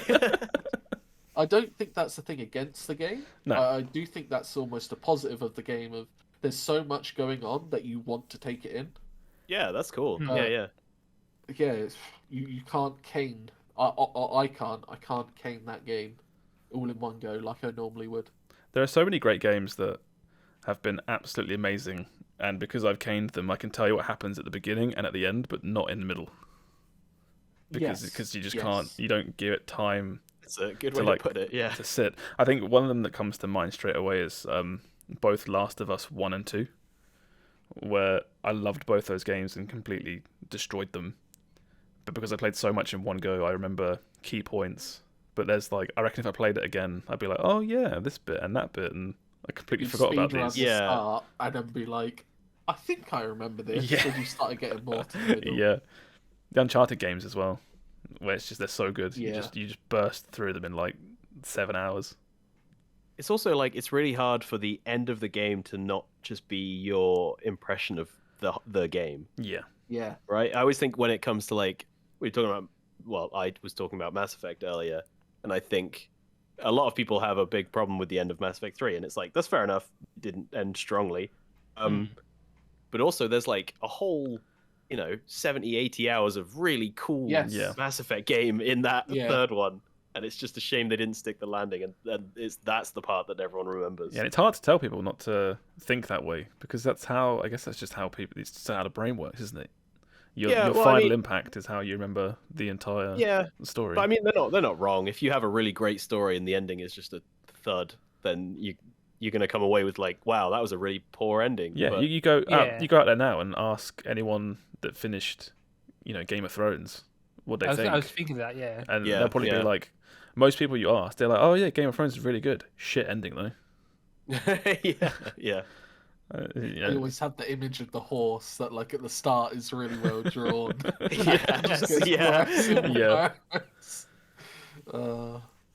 yeah, those are my 3 games that I played. All great. In their own lots of good stuff. I recommend all of them, but I feel like Horizon's the easy one to recommend because I feel like that's just doing a formula incredibly well. That's well represented, shall I say. Like, if you like Far Cry, you're probably going to like Horizon. If you like Assassin's Creed, probably going to like Horizon. You know what I mean? There's a reason why Ubisoft does the same game over and over, because people like that sort of genre. Yeah, I think it's funny that, there's this big narrative at the moment that Ubisoft makes the same game over and over again, but it's like, but then they sell really well, so clearly it's only us that cares about it. Or it's like a decent pizza, right? It's just like end of the day. It's pizza. Yeah. I'm gonna like pizza. I'm not gonna get bored of pizza. Would I rather go out for a good steak at a fancy restaurant? Yeah, sure, I guess. But also, I really like watching Community on my couch with a big Domino's. So, Exactly. Yeah. Well, I look forward to your update next week, Sam, when you're back at work and you've done 3 chapters of Triangle Strategy, and that's it for the whole week. Yeah. Well, we'll see. And then that just leaves Will, I guess. Hello. I obviously was playing Elden Ring, and then I got rather ill. And I haven't actually played all that much, except for one little indie game called Far Changing Tides. Did you have to look it up? Yes, because I keep calling it the prequel, which is Far Lone Sails, which sounds... I like this game, but I think Lone Sails was a better name than Changing Tides. I think that's a... You should have just called it Far 2 or something. Just hashtag Far, ad, by the Far way. 2? Maybe not. Yeah, so again, this is another one I didn't pay for. But also it came out on Game Pass, so I would have played this regardless of being provided a key or not. It's a fun, very relaxing time. So far, I've put about 4 hours into it. I don't really know how long it is, but... What is this game? The setup is you're a small child. You're that little red-headed child there. And the world, it seems to be like post-apocalypse. There seems to be some towns that have sprung up and things, but it's you're on your own. You're in that submarine-looking thing there, and the whole game is just to keep it running and keep sailing, as it were. And it's all very like you never like go up to the ship and press E to sail, and then you're just the ship. It's like you're always you running around on your ship. Oh, you have to like manually you have to put fuel in the engine, then you have to pump the bellows, you have to ignite it. But there's like different systems for how you can move. There's you start off with sails, and that's like you have to raise the sail, unfurl them, and then like catch the wind at the right angle to get the good speed going. But then sometimes you'll be like, oh, we haven't got enough room, or there's no wind to sail, so we'll bring all that down. It's like, oh, it's a lightning storm. We're not going to have our big mast on while there's a lightning storm going on. So we'll lower all that. We'll switch to coal power, and then you start you go below deck. You seal all the hatches. You pump the bellows, and you start crawling along instead. And then I just found a mechanic before I stopped playing where you can where you had before, you had a vacuum or a water pump, so you could, if there was a fire, you could use the water to put it out or clear debris with the vacuum or whatever. I found an upgrade that was like a ballast tank for my ship, and by attaching the vacuum to that ballast tank, I could either pump water into or suck water out of this tank, and then I could go underwater. So if there was something in the way, I could submerge and submarine my way under it. And it's after playing like Elden Ring, it's just very nice. It was just very pleasant. Chill. I was playing it with people watching, and we were all just like, oh, isn't this just a nice time? We're just chatting about, whatever we're thinking, and it's like doesn't require all that much from you in terms of it's not mechanically particularly difficult so far. There was some minor threat with it's getting choppy, and I need to not get struck by lightning, and I need to make sure I've got enough fuel and stuff. So there is kind of that going on, but yeah, it's got a really cool art style. I mean, you can see it there. It's very I don't know what you'd call it, like rust punk. Is that? Have I made that up? I feel like I read that somewhere. I keep using the word painterly, but yes, it does. Yeah, it's not like photorealism. It is like you're looking at sort of a painted image. Is this a linear story game? Yes, you are just constantly going to the right. Okay. So you far. think you're near the end, or? I honestly have no idea. I feel like this could go on for another 10 hours, another 15 hours. I don't think it'll be that long. I imagine because of the pace, it'll be like a 6 to 7 hour experience.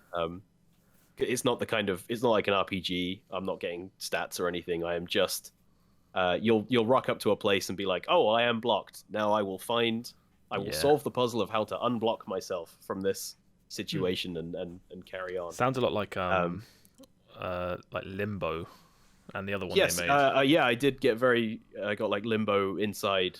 Inside, that was it. Yeah, without all the horrific hyper violence. Yeah, yes. In the same way, came it's just with those games. Yeah, in the same way, it's just travel to the right and solve puzzles, and as long as you're moving to the right, you're making progress. Exactly, and it feels very relaxing to play.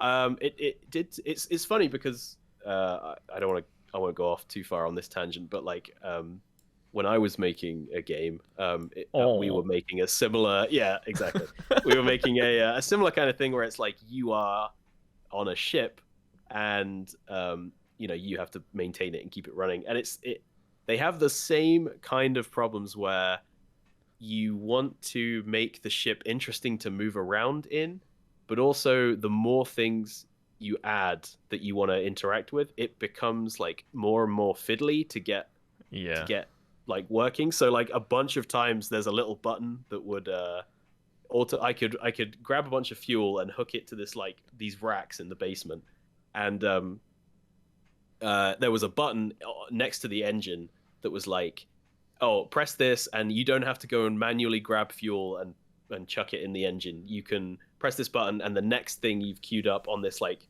rack of hooks in the basement, we'll just shift that along one, use that next thing as fuel. And I would constantly run into that button by accident and just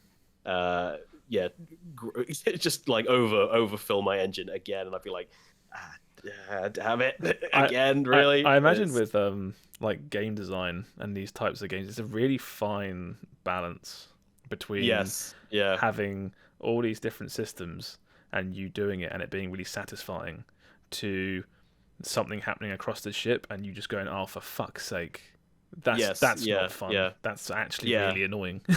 And so they want to keep it like cramped enough, and because you want it to feel cramped because it's like, oh, this little kid like lives in this ship basically. It's like his houseboat. But also the more cramped you make it, the more like frustrating it could potentially be to navigate. And I didn't run into really any of that. That was the only issue I had. But it was just fun to see like, oh, I bet these guys had a version of this game like we did, where it became a fucking nightmare to run around on this ship without tripping over a bunch of buttons or getting a load of stuff like jammed up. Yeah, I feel like you probably get all the systems in place, and then that's like half the time, and then the other half is balancing and making it actually fun.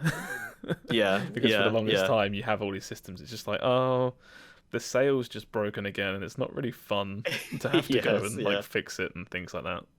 But yeah, there was a bunch of moments like that where I would be sailing along happily, and I would like turn to talk to the people watching for a bit, and then I'd be like, oh, I've crashed my sail into another rock again. Damn it! Let's fix that. Rehoist that up. God damn it.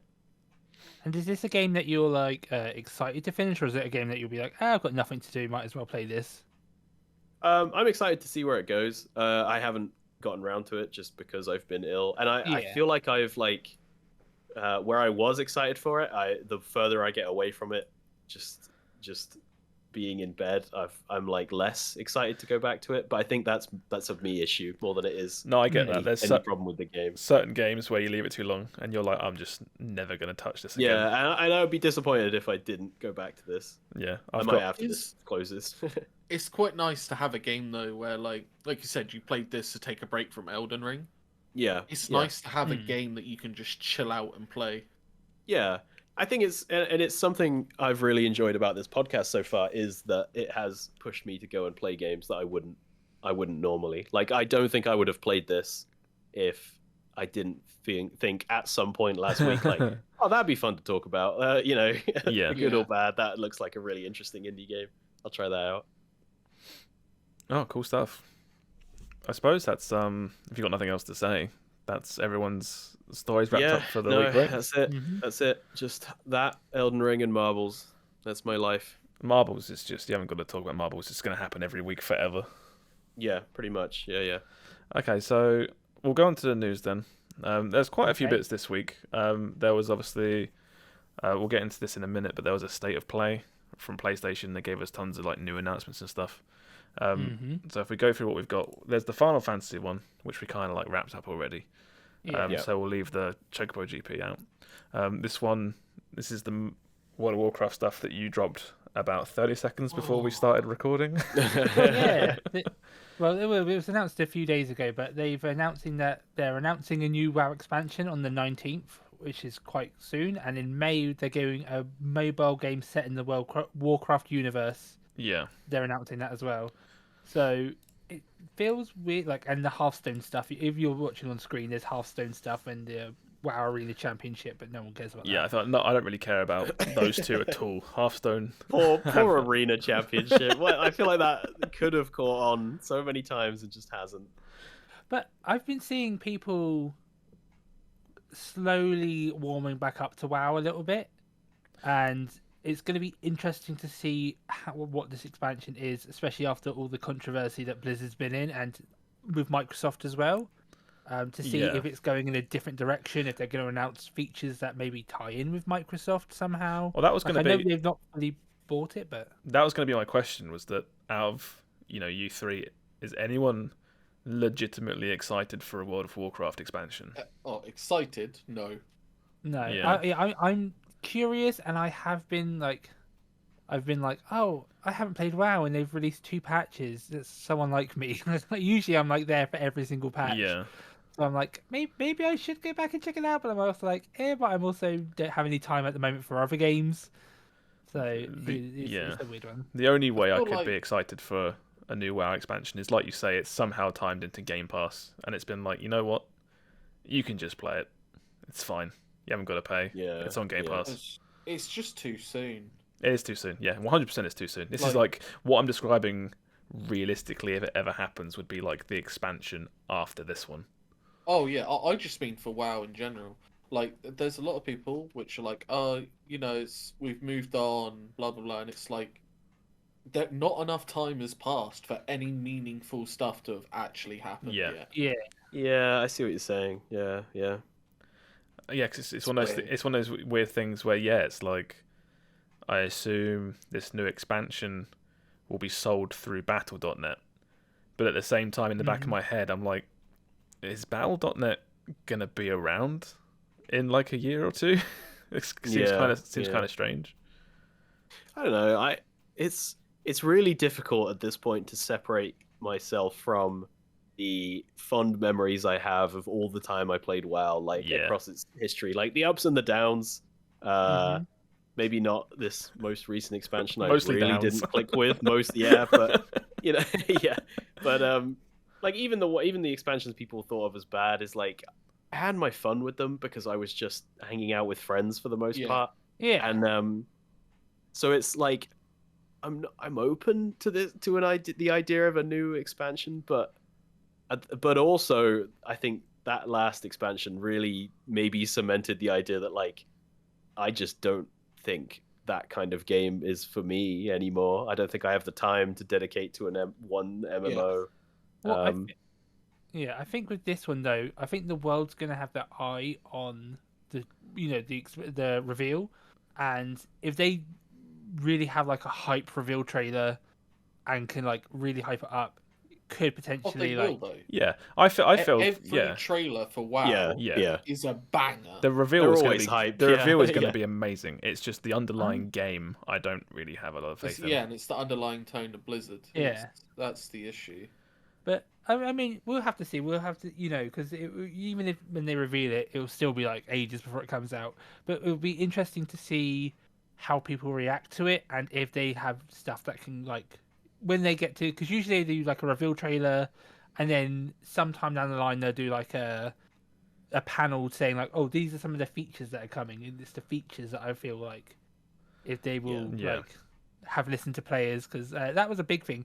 People, when the Blizzard were getting cancelled, were like, oh yeah, you should still play the game though, because it's only the higher ups, the actual devs who like work on the game. There's a lot of people there who are victims and stuff, and you should still support them. But people were having problems with WoW before, like all the Blizzard cancellation stuff. It's like they've been having a boring boring time, not Well, fun yeah. systems. it's like we sort of jokingly talked about before with like Riot, where it's like, yes, the stuff that was going on at Blizzard was awful, but you don't have to look that far elsewhere in the games industry to find similar stories of harassment and the poor treatment of labor and stuff like that.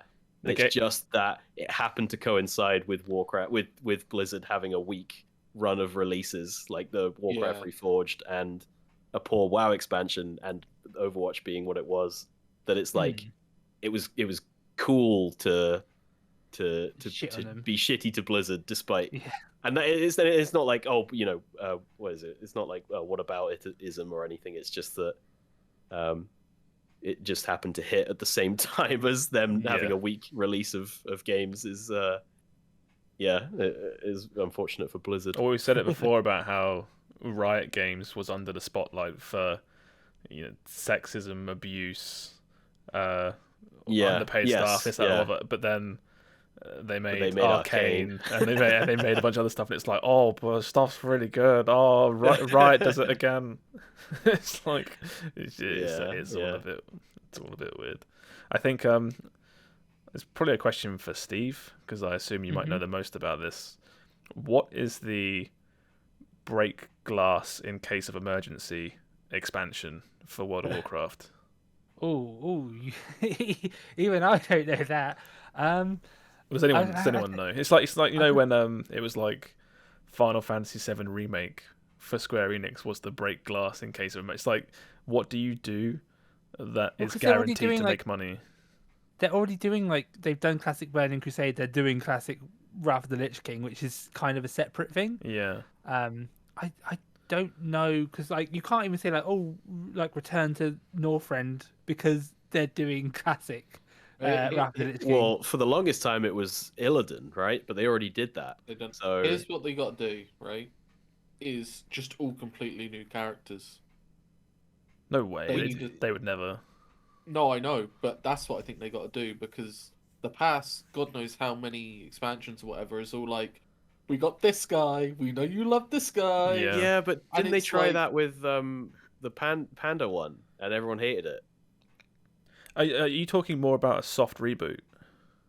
No. He just means next like expansion, brand new setting. Yeah. Like they need to use characters not really used much, I guess, or just bring in fresh characters. Yeah. Well, this is getting a bit like lore-y. I have kept a little bit up with the story. It feels like we've basically explored the whole planet.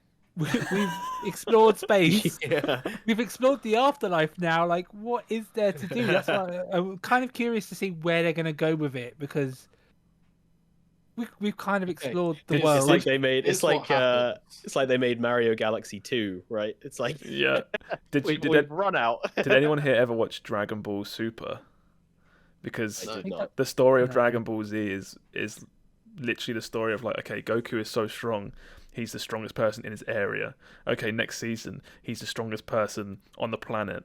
Okay, next season galaxy, next season universe, and then Dragon Ball Super, he's like the strongest person out of 16 parallel universes. And he just that's what we need, multiverse. Basically, in Warcraft. That I'd come back for that. The thing I'm looping around to is you do weird multiverse shit. 4 thralls. That was time travel, right? That was time travel, but it was alternate universe as well. It's now alternate, because that stuff all came back with it. So it'll it's be now the an future. alternate universe. We're gonna go to the future. StarCraft, the StarCraft MMO. We're just gonna get there. The long way round. Here's the thing that they could do, or they could say, is they could just turn around and go, "This is the last expansion for World of Warcraft," and then and then all the investors shit their pants as their cash cow just dies right in front of them. Well, they work on Warcraft 2. Here's what you do, right? Yeah. You have time travel. They go to the future. They get jumped by a Zergling, but it gets shot by, Jim Raynor. And he says, who are you? And then it shows the logo, World of Warcraft, and the Warcraft bit, burns and turns into the word StarCraft. And it's World of StarCraft. It's World of StarCraft. That would be that's cool. It. I think Josh has nailed it. Yeah. There you go. I will now be disappointed if that doesn't happen. I want to be a Zergling. I want to play as a Zergling. 100% fan fiction, by the way. Yeah. Wait, also, didn't StarCraft shit the bed? So it's like, you're damned if you do, damned if you Basically, don't. yeah. That's my fan fiction for what they should do. No, it turns out that the whole time we've been playing, it's just been an elaborate game of Hearthstone. And then Jesus. now the Hearthstone universe is the No, real one. What happens is, so there's like a big fight, and then someone jumps Thrall, and Thrall goes, "Ugh!" and he wakes up, and it was all a dream. I think I could seriously see a Warcraft 2 in our near future. I think it's something interesting that's gonna start. We're gonna start having these conversations, right? Because there's so many of these live service games that, you feel like they could do with just being a sequel, right? Like I've played Siege a bit recently, and I'm like, I would really like. It feels like a lot of this has been duct taped on, right? And I would like it maybe if they started talking about. Maybe we'll just do a brand new. You have there has actually Siege. There's been a couple of games that are live service that have actually started running into this problem and doing solutions. So, Fortnite has rebooted twice now. In that they have completely changed the map. Via like story means it gets like they blown changed up or engine, something, didn't they? Like and they back-end engine. and then they change engine during this like map explosion, and they add like. I think they added like cars and stuff, and it's basically a new game, right? It's the closest thing to Fortnite 2 and 3. It hasn't happened yet, but Final Fantasy XIV has basically wrapped up its story, and the next expansion is going to be the start of a new story. Plus, there's like engine updates. Yeah. And this is the closest thing you're going to find to Final Fantasy XIV 2. Yeah. So maybe it needs something like that. I think it's interesting because that anyway, like every single expansion, they seem to upgrade stuff, and that's what they say. But I think for now, where the story is, like I would say, it feels like it's coming to an end. They could wrap it up and then either do Warcraft 2 or another MMO, or because they also have the unannounced survival game that they announced. Oh yeah, I forgot about that. It won't set in a new drop the universe. Warcraft IP. True. No. But like, could they do like no time WoW skips, expansion has ever like actually built upon Warcraft and improved it really. Like story-wise, a lot has happened, but there's never been like, an update in the engine or stuff. They've updated models and shit. Yeah. But the easy solution is always you nuke the planet, or you time skip, or you do something. Yeah, and it's like here's Thrall's great grandson or something. He's the new main character or something. One of the story plots people wanted was against one of the old gods. They wanted to lose, and then that would cause I remember that. a drastic change to the planet, and therefore, it would then give you more story means, but it would change the universe. Yeah, I remember. Give you more. I remember them talking about because in this new expansion, you go to the afterlife / underworld / whatever, and I saw a lot of people saying this would be a great opportunity because technically not for story reasons you're kind of trapped there, but you're not really. It never stops you going back. But, I could see the people were saying this is a real interesting opportunity. You could do a time skip while we're off doing this expansion. You come back and it's 100 years later and everything's different, and everyone's like, oh my god, all our world leaders just upped and disappeared one afternoon, and we've just had to struggle for ourselves for the last couple of 100 years. Yeah, they did something similar for Warlords of Draenor. Apparently, while we were there, time kind of stabilized, but when you unlock one of the allied races, the Magheart Orcs, you actually find out that since you've done the expansion, it's been multiple years since, and that the good guys in that expansion actually turned out that they became a holy church and were forcing the orcs to convert to the light and stuff, and then that became they were tyrants in a way, and so time had progressed differently there. So they could do something similar with this as well. I think it's cool. I think you're right. They have to do something drastic, right? I feel like now would be the time to do it. Everyone kind of hates Blizzard. nobody is particularly enthralled by this new expansion. It'll just be like go to this underwater lizard cave town. Yeah, maybe. Yeah, probably. And oh my god, look, they've got a few islands here. Oh no! Oh, there's a volcano monster that's going to blow up the island. That's your end boss. The one thing I will give to WoW is normally the leveling zones and story is always pretty good. Like, it's better than pretty good. Like, I always enjoy the story of the zone I'm in. Yeah, I just don't like I do the as well. Yeah. Overarching story.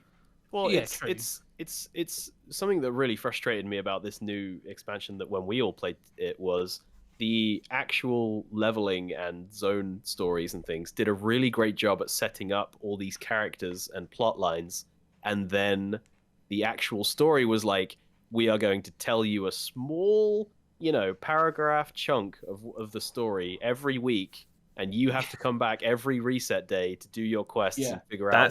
That blew my mind. I just can't be bothered. I can't. That's so annoying. I'd never played like a Warcraft expansion to completion on launch. I normally get them really late, and I'd come from playing so much like Final Fantasy XIV in the past, and when we were playing Shadowlands, and then the story just stopped halfway through. Yeah. And I was like, what? What do I do now? And it's like, there's essentially nothing. Like, the story ends on like an oh my god moment, and you're like, well, what are we gonna do? And all the main characters are essentially like, yeah, fuck off. I don't know. Yeah, there's the story. The story the story established a big bad, and the actual story that it launched with set up his henchmen to be like, come fight me in 2 weeks. And I was like, what is this? I tell you what, even though we're shitting on it, I all this talk is like, maybe I should download it. I'm getting madder by the second. WoW is always fun to play on the last patch. Yes, and his last patch is out now. Everything.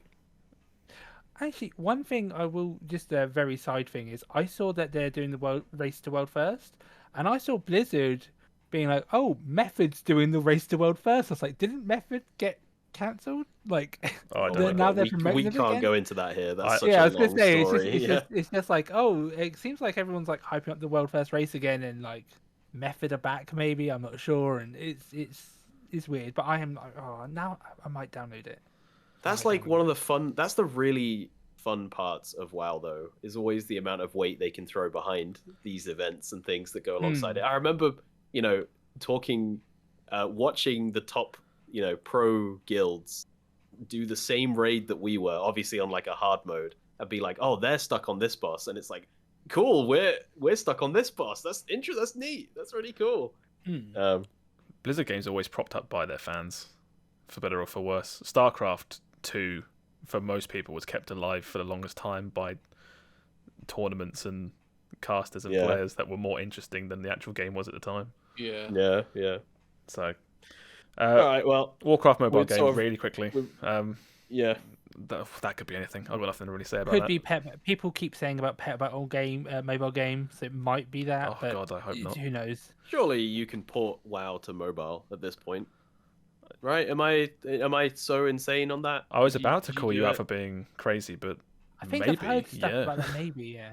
You just play put PUBG. on mobile. I think you can play WoW. Genshin Impact looks great on mobile. Genshin's on it. League is on mobile. Although I don't think you'd be able to do, because you can't have add-ons, so I don't think you'd be able to do like the hard or mythic difficulties. But maybe they had like a. Well, no, but if you want to do, quite like level and ult while you're on the bus or something, that's Well, would it be like tied to the live servers, or would it be like WoW mobile version, completely different? You tie it to live servers. It's like, obviously graphically it's on a whole other level, but just having old school RuneScape on mobile instantly re-piqued my interest in that game. Some rotations for characters, though, it's like, could you do that on mobile? That would be insane. I mean, that's like, I don't think that's like the same thing of nobody's competing in Fortnite tournaments on their iPhone, are they? But also, it's there if you want to just fuck around with it. A way same for thing. Like if you want to go and do your fishing, then here you go. You can do it on your phone. Yeah, you I can think really that's inefficiently pick herbs while you're on the toilet. yeah, Stuff like that. exactly, Yeah. See, I feel like it's going to be not the game. I reckon it's going to be like some sort of like a Hearthstone, like a spin-off, or Pet Battles. Oh, or it's something most like that. definitely not Yeah. going to be Warcraft on mobile, but they could do it. I do I like don't the see idea why of they the couldn't do announcement it, being yeah. like the Warcraft game on mobile is just World of Is Warcraft. Warcraft? Yeah. That would be We kind told of you what it was. that would be kind of Yeah. cool. Yeah. Literally Warcraft mobile. Yeah. Oh, this is all quite far off actually. I just realised it's like May, so it's still got a good 6 weeks. Yeah, April 19th. Yeah. Or we'll revisit this It- obviously as it gets revealed.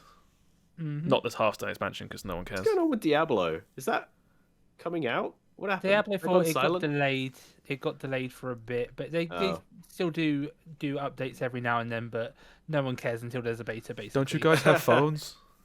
Oh yeah. They actually announced Overwatch Yep, good 2 one, yeah. PvP beta is coming next month. I've signed up for it because I'm like, I might as well sign up for a free beta, you know. But yeah, we'll see how that plays. Okay, Yeah. right. I don't care. Isn't Overwatch 2 PvP just more Overwatch? Yeah, Yeah, 5v5 But as opposed to they- 6v6. So I have Overwatch 2 beta because I Yeah. can just play Overwatch. Except for PV. If you only play the PvP, you can play Overwatch 1 like how they announced it previously. It would just be Overwatch 2 will have better graphics. I still think it's like a single player component as well though in Overwatch 2. That's the main thing you're buying in Overwatch 2 is the single player component and the updated graphics. Yeah, we'll see what that becomes. That was like peak confusion. That was that was like I was watching all those announcements and stuff, and they announced that Overwatch 2, it's Overwatch again, except also we're doing an add-on, so it's kind of a sequel, but also not really. And I was like, you've lost the plot, guys. Come on. What are you Yeah, and doing? also Overwatch 1 players can play with Overwatch 2 players because it's the same online game. Yeah. But then Yeah. it's Who six. would win Use the skins award? or whatever, and it's Yeah. like, what the fuck? What is happening? Who would win the award for most confusing? Would it be the Wii U or Overwatch 2? Wii U because it literally killed the boy. console. I don't know. I can't answer that one. The real winner from the Wii U dying was the Switch because it just siphoned all its games.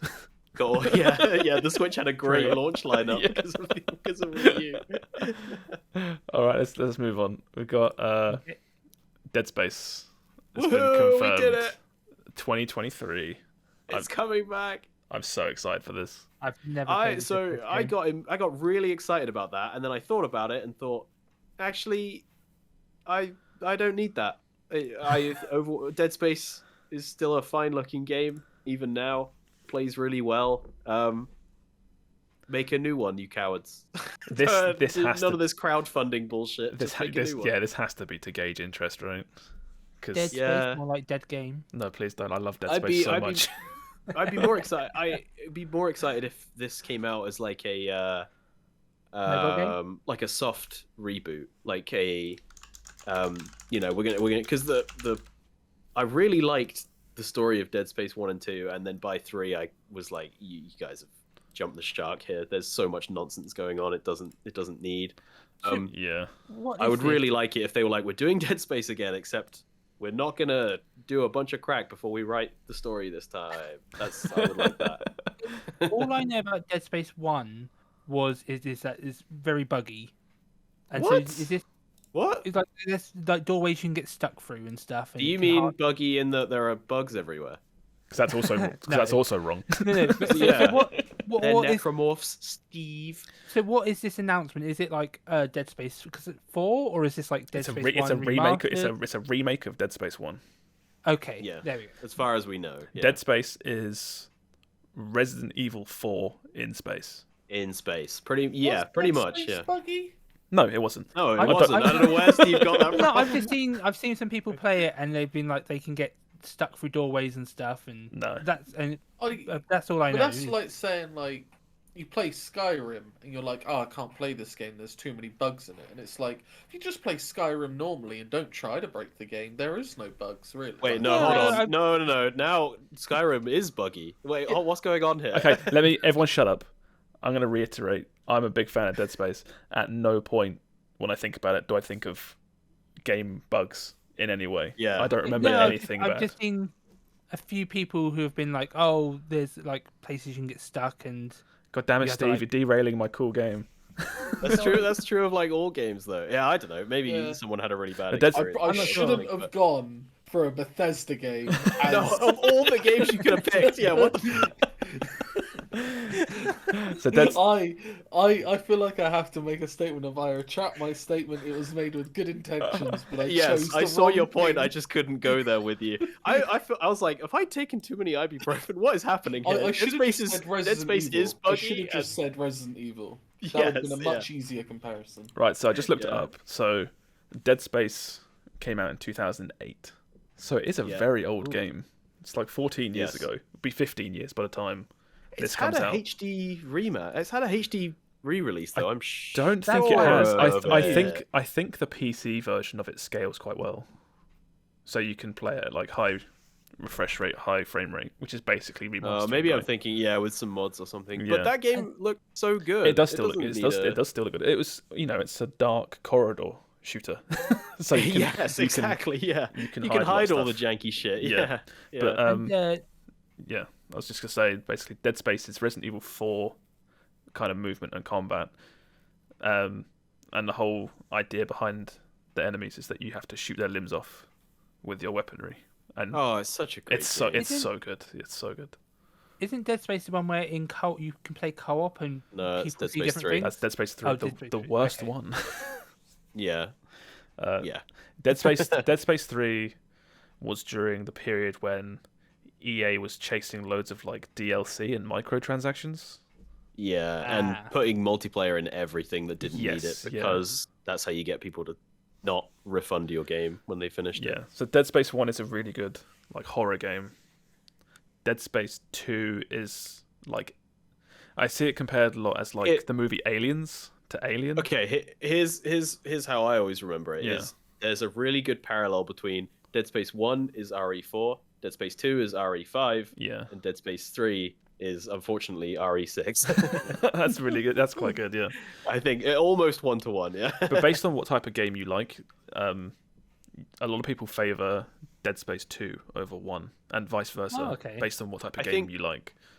Yes, it did the right thing of once you've played a whole game being scared of an enemy, right?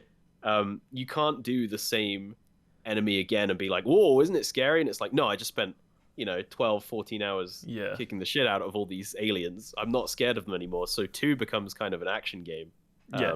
With It's- horror elements instead. There's lots of It's really clever. good. If you like horror stuff, there's lots of really good body horror in the Dead Space series. Oh yeah, it's very Whereas- the thing. Yeah, it's like you're talking to a guy and he gets infected and his face explodes off and limbs start popping out of his sides and it's horrific. It's great. The Thing is probably the best way to describe it. I also think Okay. Dead Space 2 is with the suit designs that Isaac wears, it's so good. It's like peak character design for me. Yeah. If I find a picture of the suit, I think it looks so good. all of the UI was in game. Yeah. That was really cool. There was like you couldn't pause to do inventory stuff. over It the just helmet. popped up off your wrist. Yeah. The helmet just does nothing for me. It looks like those silly. I remember playing I think it was Halo 3 where you could customize your Yeah. helmet, and some of them just look so dumb. And Yes, that yeah. reminds me of. But there were bits in like Dead Space 1 and 2, I think it was more Dead Space 2, where Isaac would go to talk and all the helmet would open up. And all the Oh, bits, it's so all the cool, little, yeah. it's like, like how Iron Man's helmet opened up. Yeah. Yes. Yeah. It's kind of like that, but I think... But that's Yeah. it. Where it's like in 1 he's like a miner, so he has a bunch of engineering, and then by 2 he ends up with this Iron Man-esque Yeah. suit of armor because he's not an engineer anymore. He's an alien exterminator. For a Yeah. second, But I yeah, thought I know what you meant mean. Miner Sam. as Some in- people didn't like it. I thought you meant Miner as child. It's then. a I was little like, boy, wait, yeah. He's 7 in the first Dead Space. Not many people know that. He's a grizzled vet at the age of But 11 in the he's second Space game. 7, so he looks like a 40-year-old. It's also got the most satisfying stomp mechanic in any game. Yes, yeah. There's I think it's the second one where if you keep pressing the stomp button, because you just start like mincing the enemy on the floor. He actually starts shouting like, "God damn it, fucking pizza!" He does. He just goes mad. So, yeah, Okay. this will be great. Because Dead Space I'm 1 excited. is still a good game. I don't need it. Yeah, I don't think I need this particular one remastered, but it's like, oh, we're still making more Dead Space, and if enough people buy this, maybe we'll make a new one, and that's what I'm excited for. I hope they sprinkle Although- some new bits throughout, just here and there. It's a shame. Yeah. It's a shame that it's releasing early 2023 because if they could get it around Halloween, that would sell better. I think early Yeah, in the year, release it around Halloween. early in the year is when lots of games tend to come out for whatever reason. I think it's like the end of the fiscal year, whatever. Yeah. It's like Yeah. January, February, March, lots of stuff. I feel Gotta like make our January budget. should be a bad month to release games in. People got all that Christmas money. Yeah, people got that fat People stacks. just spent a lot of Christmas money. Yeah, I guess. Yeah. They've got 70 quid lying around because that's how much 8-hour long remakes cost now on console. Well, normally it's like February is where it picks up, isn't it? Yeah. January's usually Yeah, Dry-ish. February this month. This last month was stacked, wasn't it? very stacked. Yeah, yeah. All right, okay. So excited for that. Move on from that. That was the Dead Space news. The last little bit to go through very quickly is there was a state of play on Wednesday, which is a Nintendo Direct for PlayStation. Is the easiest way to describe it. Who's swearing it's gay? There was a list of some bits, but I picked out the most I thought interesting. So Yeah. first one is You think Exoprimal. this was interesting? I do. Really? This was and was this the dinosaur one? This or is a Dinosaur one. This is a Capcom made 5 versus 5 PvE third person shooter with heroes against dinosaurs that fall out of portals. Holy fuck! Yeah, I looked at it, I was like, this just looks It's just bad as I remember. generic. Yeah. it's not They're doing a lot doing for me. the main thing I want to take away from this is it feels like they're doing everything they can to just not make a new Dino Crisis game. Because as soon as it said Capcom and it started showing like dinosaurs, I was like, but no. Didn't it show like a woman that looked Yes. a lot like Regina though? Yes. So that's why people were like, why So would you not you're just make thinking Dino? this might be a bait and switch, and it's actually a Dino Crisis No, game? not at all. I think it's in no way a Dino Crisis game. I think they're just like, this is their way of saying you're never going to get a new Dino Crisis game. You see, you had a screenshot of armor up on the screen, and there's like someone in chunky yellow armor. I'm like, oh, I want to play as them. It looks like Anthem. No, I want Genji on the left. Yeah, it looks like Anthem. Yeah, yeah. This was just like not Anthem, if I remember correctly. Yeah, I just thought it was so out of left field. Yeah, it was. Yeah. Why was why wrong, huh? dinosaurs? Exactly. Like, Exactly. That's- Why that's dinosaurs? lame. Mech suits right? for dinosaurs. yeah, It doesn't make any sense. That's why I thought like, oh, it's generic game. The game. like yeah. I don't know. I like dinosaurs just fine. I like dinosaurs as much as the next guy. I'm a fan of Jurassic Park, but is dinosaurs versus robots? Is that I was a gonna say, yeah. genre? Are people hyped for that? Do people hear the words? was dinosaur scary back versus in the cyborgs? day because they only had spears and stuff. Like you've got guns, just shoot them. They're dead. Yeah, but what if there's like 1,000 of them, Steve? You have machine guns. They're robots. I always feel I just feel bad. It's what like shoot a Nazi. It's like he's a Nazi. I have no empathy for that. Same with zombies. It's like it's fun to shoot them. What are they necromorphs? They're fun to shoot. 'Cause you got to blow their limbs off. Dinosaurs. Skaven. I'm like, yeah, yeah, all right, yeah, Skaven, yeah, I'll take that. They're fun, but it's like dinosaurs. It's like, I'm gonna shoot a Triceratops. I like Triceratops. They're kind of cool. They haven't done like a story trailer yet. What if they're Nazi dinosaurs? Oh well, fuck them. All right, I'm back on board. Let's get rid of them. Get them out of here. That could happen. You just get swarmed by all these crazy Oh, God. Nazi dinosaurs. I just think I look at this and Capcom is the only developer that would make something like this because it's so fucking It weird. just smells like designed by committee. You know what I mean? Like that kid's like robots. What else? Dinosaurs. You fuck it.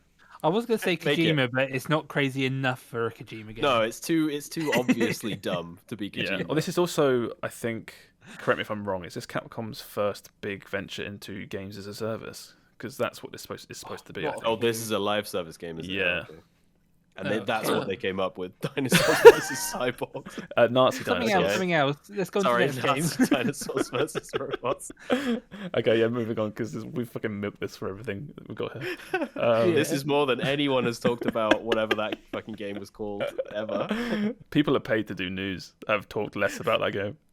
Yeah. We've given that more promotion than it deserves. Yeah. Stranger in Paradise comes out in 5 days. Chaos. 18th, yeah. Chaos. Apparently, demo's very good for this game. Yeah, and the demo launches. very good. Sorry, the demo carries over progress to the full game. See, I Still kind don't know of how I wrote feel this about game. shit that does that, but Yeah, I wrote this game off because thinking, like, oh, it just looks like generic Final Fantasy. I cannot be bothered. But I keep seeing stuff like, oh, it's multiplayer and oh, there's classes, and I keep being like, maybe there's something here. I'll be interested to watch someone play it. I played the not first. necessarily jump on myself They've done 3 demos of this game. because they're and that- desperate. I played the first demo, and I was like, "Yep, this game's really good. I'm gonna play this." And I haven't really engaged with it since, but I'm excited for it to come out. this is also definitely not generic Final Fantasy. No, it's anything Yeah. other This than is like the furthest thing from Final Fantasy. I'm not sure. It just seems very I dark. don't and know. As an outsider, it looks very Final well, Fantasy. people still don't know what it is. People are like, "Is this like Isekai? I don't know what it is. Is it like random dude bro dropped into Final Fantasy? Why is he screaming about chaos? Why does he hate chaos? Why? I think also it's just the main character just looks boring to me. Like you expect like No, I spicy know hair what- with Final Fantasy. I know what Steve means. It's like if someone went into Squeenix and they went, we need a Final Fantasy game. We're going to give you all the resources. We're not going to let you put a number on it. You're going to have to call it something else. And they're like, Yeah, that. okay, all right. And it's like a discount Final Fantasy game made by the people who make. It's like all the cutting room floor stuff. They scooped it all up and put it into its own game. And but this is it's not made by Square Enix, right? Is it just produced? Isn't it like Team Ninja? No clue. Hang on.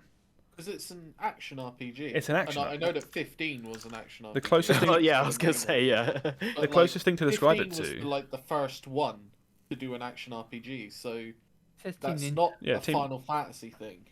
It's more like Neo, if you've ever played Neo. Yeah. I have not. It's like this game's fucking closer to like Dark Souls than typical Fantasy. Final Fantasy. It's the Dark Souls of Final It's the Fantasy. Dark Souls. Oh, You God. motherfucker. We did it! We did it! You see, okay, now it's gonna sell out. You mentioned it's Dark Souls. I'm actually One, excited for 'cause this. it released too quickly to Elden Ring. But Yeah, I mean, I don't have any strong feelings one way or the other. I know I've been goofing on it, but it looks, it just looks really weird. This could I be don't know. this could be like And it had a terrible trailer. it's either going to be a sleeper hit and review really well but sell bad, or it will actually be a garbage game. Are you gonna play it, Josh? At some point, yeah. I can't keep Can saying you- like, "Yep, I'm going to play that" because I've. too many games. There's just too many There's games. There's too many games. There's too many games. It's I've like I had was. a week off and I'm still not at Elden Ring yet. I think I was saying. I think I said last week. After sort of this comes out and Kirby comes out, there's nothing for months. So Yeah. Well, Yeah, they're we've announced stuff. really not much stuff coming up, is there? yeah, unless there's like sleeper hits, it's like, oh, this indie game came out and it's actually That's amazing. it. That's it. We're relying, and now's the time. We're relying on those indies. Yeah. To... So Final Fantasy, that's that one, and then you've got. This is more for me, I guess. I knew you would say this. If anyone knows about this game, it's like when it came out, it wasn't a great. Say what the game is. Oh shit! Yeah, sorry. JoJo's Bizarre Adventure All Star Battle is getting a remaster. It came out on PS3 and Xbox 360, I think, like 10 years ago, maybe a bit more. It was kind of a bad fighting game, but a really good like fan service game. Because the animations and everything is like they're really good, and there's like stuff that's faithful to like manga panels and stuff in this game. It's like when we talk about those the Warriors games, and it's like you'll put up with a lot of shit because it's like, hey, Yes, I'm playing as Zelda and I'm beating up a load of goblins or whatever. But JoJo is way more popular than it was when this first came out. Yeah. When this came out, I think part 3 might have been airing, and now obviously we're up to like part 6, and everyone knows about Jojo, I think. Or This a lot of people do. game baited me on the state of play when it gave the trailer. Because Yeah. it had a blue butterfly appear at the very start Yeah. and then fly off into the distance. And that is that's a Persona thing. Blue butterfly is a Persona thing. So I thought Oh, we we're were so getting far from Persona. Yeah, I thought we were getting a like Jojo JRPG Oh, that'd be so story-based sick. game. Yeah. and yeah. to my horror, I was like, oh, it's just a fighting game. Obviously. No, I know what you mean. I know what you mean. Or Sam. this was so out of left field. I think when that trailer started, as soon as it showed the first graphics from the game, and I knew what it was, I think I audibly went like, "What the fuck? Where's this come from?" So have they announced much of what's with the fighting? Because you said the first one was bad. Are they? Yeah. So Are they making this competitive? apparently, all we have to go on is their good faith in what they're saying. They're saying that they recognize that the other game had the original had problems, and they're trying to fix it basically. I was going to say, have they partnered with any studios that do fighting games? But I assume that would mean they're competing with those studios that do them. So they probably. I imagine this will launch exactly like it did originally, where it's not going to be a stellar, amazing fighting game, but it's still going to be really good if you're a JoJo fan. Okay. Yeah. I'll probably pick that up. I think it was. I can't wait for every match to last 40 minutes, and it's decided in the last 5 seconds by the main character just beating the shit out of the other character. Yeah, and the antagonist has the ability to turn ice cream into ash.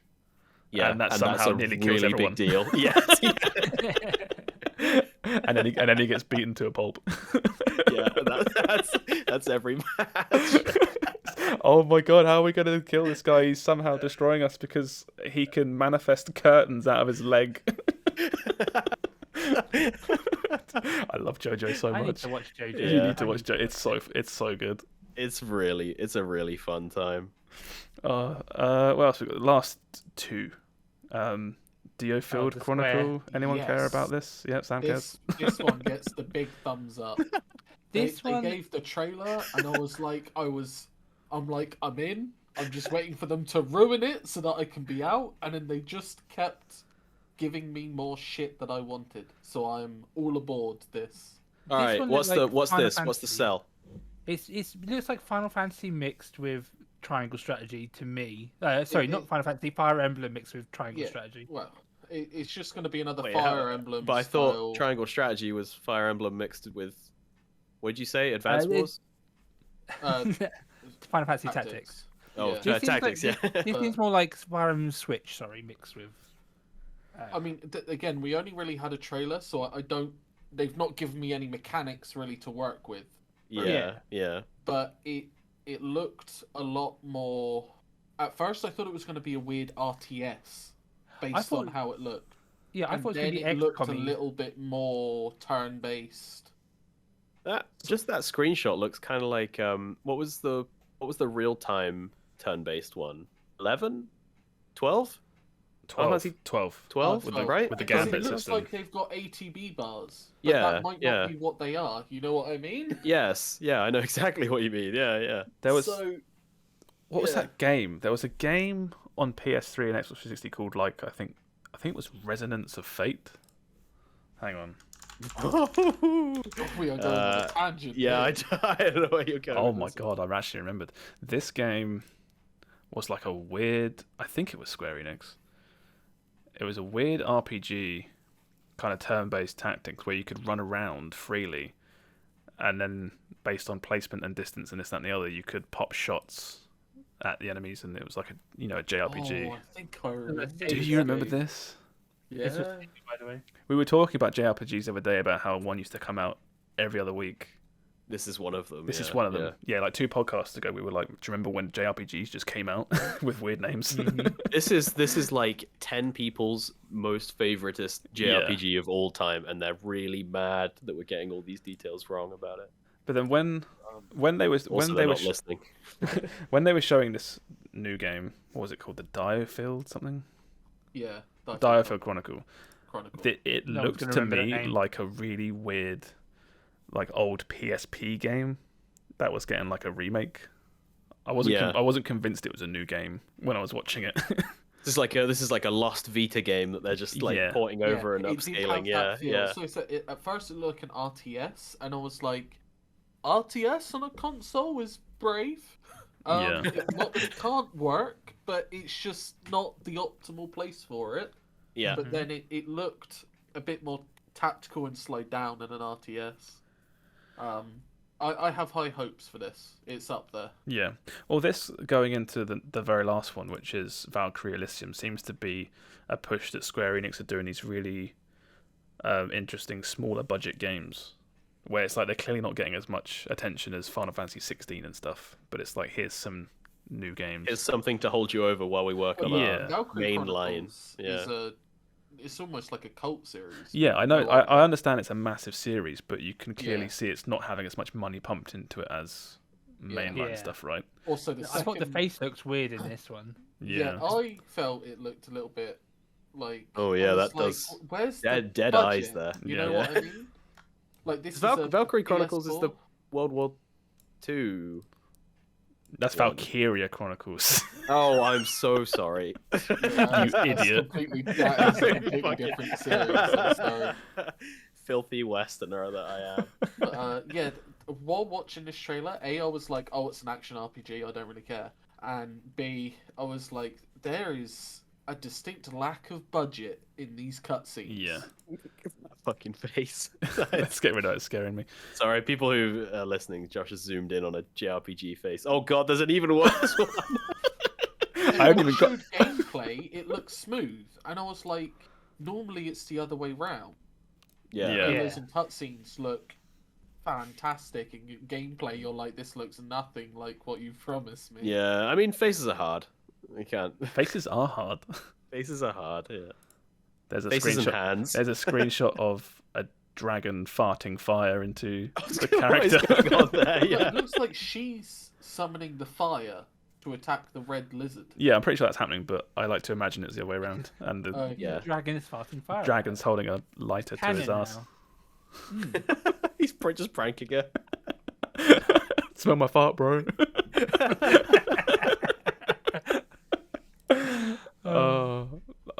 Yeah. It's like you said, these screenshots now looking at them look way better than the trailer. I remember the trailer being terrible.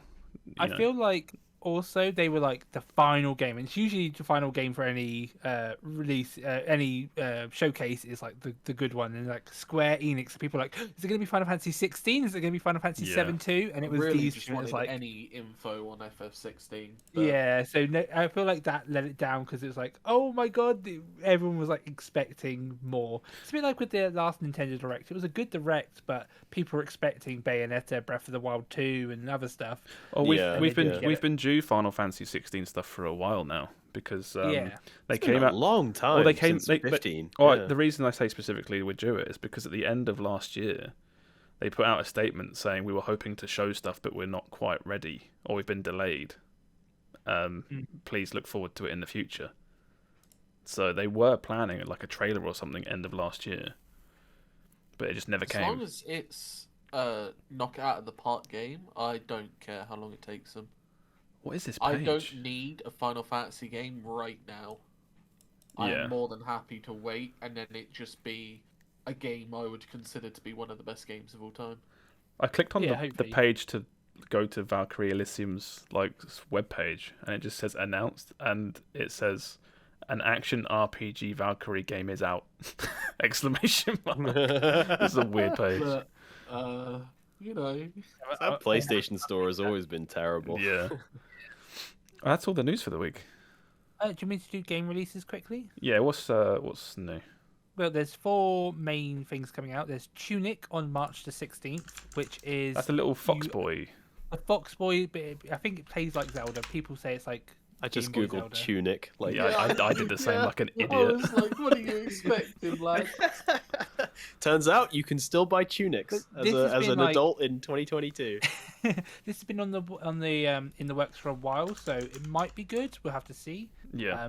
If you like Zelda games, you'll probably like that one. Next, you've got Persona 4 Arena Ultimax coming out on the 17th of March. Well, speaking of I Persona, wish it was just anything but a fighter. Oh, look, he looks so Oh, cool. so this is Josh's game. This is my game. I'm not going to play it, but I appreciate that it's here. And then, lastly, on the 18th, we've got the Mario Kart DLC and Stranger of Paradise Final Fantasy Origin. Oh, it's another stacked week. I'm not going to Google images. I can't bother. But yeah. Mario Kart. Yeah, I don't know what it is. Mario Kart is one of those games where I'm like, that's fun to play when you've got a lot of people, but I'd say Mario Kart is one of those games where it's like Mario Kart, and you need to learn Mario Kart, and you need to know Smash Brothers, and then you're good to go to any party. The Mario games Kart 8 which Yeah, I've or never just, owned like- have no interest in. Or just like drugs. or just a shitload of cocaine. Depends on the party, I guess. Yeah. True, but I feel like those are the two standards that everyone should be able to play Mario Kart. Everyone should have some sort of Smash character. Yeah. You bring the hard drugs. I'll bring the Mario Kart Deluxe 8 DLC coming out this Friday. 18th. We'll meet in the middle somewhere. Yeah. I think that's it. I think we should wrap this up. What do you guys think? We've gone long today. Yeah, it's been long. It's been a lot of good stuff, though. Thank you for listening, everybody. If you've made it this far. Shut up, Steve. I'm doing my outro. Oh, no, I feel bad now. I'm Wow. sorry, Steve. Yeah, thank you for listening. Let's do all our socials and get that all out of the way. As always, I'm BottlerWorks on absolutely everything. Mainly Twitch and Twitter, which you can find below the YouTube channel. Let's go left to right. Will, if you do yours. Hello, I'm Olive Meister. You can find me on YouTube or Twitch. You might have to do a bit of digging because people keep taking my name, but you'll find me out there. I don't have a SoundCloud. I just Googled myself, and apparently there's a Olive Meister SoundCloud, but that's not me, so... It is you if the music's making- good. Oh, yeah. Yeah, good point, actually. All right, go, Steve. Thank you for allowing me to speak, Master. You're welcome. on every Quick, mute him. Oh, the temptation is real. You can speak. No, Quikwix on every platform. QUIKWIX. Oh, good stuff. And Don't go to the website, though. yeah, they sell shit candles. You don't want those. Yeah, avoid that. And Sam? Yeah, I'm Sam. Oh, you still Sam? That's good. I'm glad to hear that you're still Sam. All right, bye. Bye, everybody. Bye. I miss you already.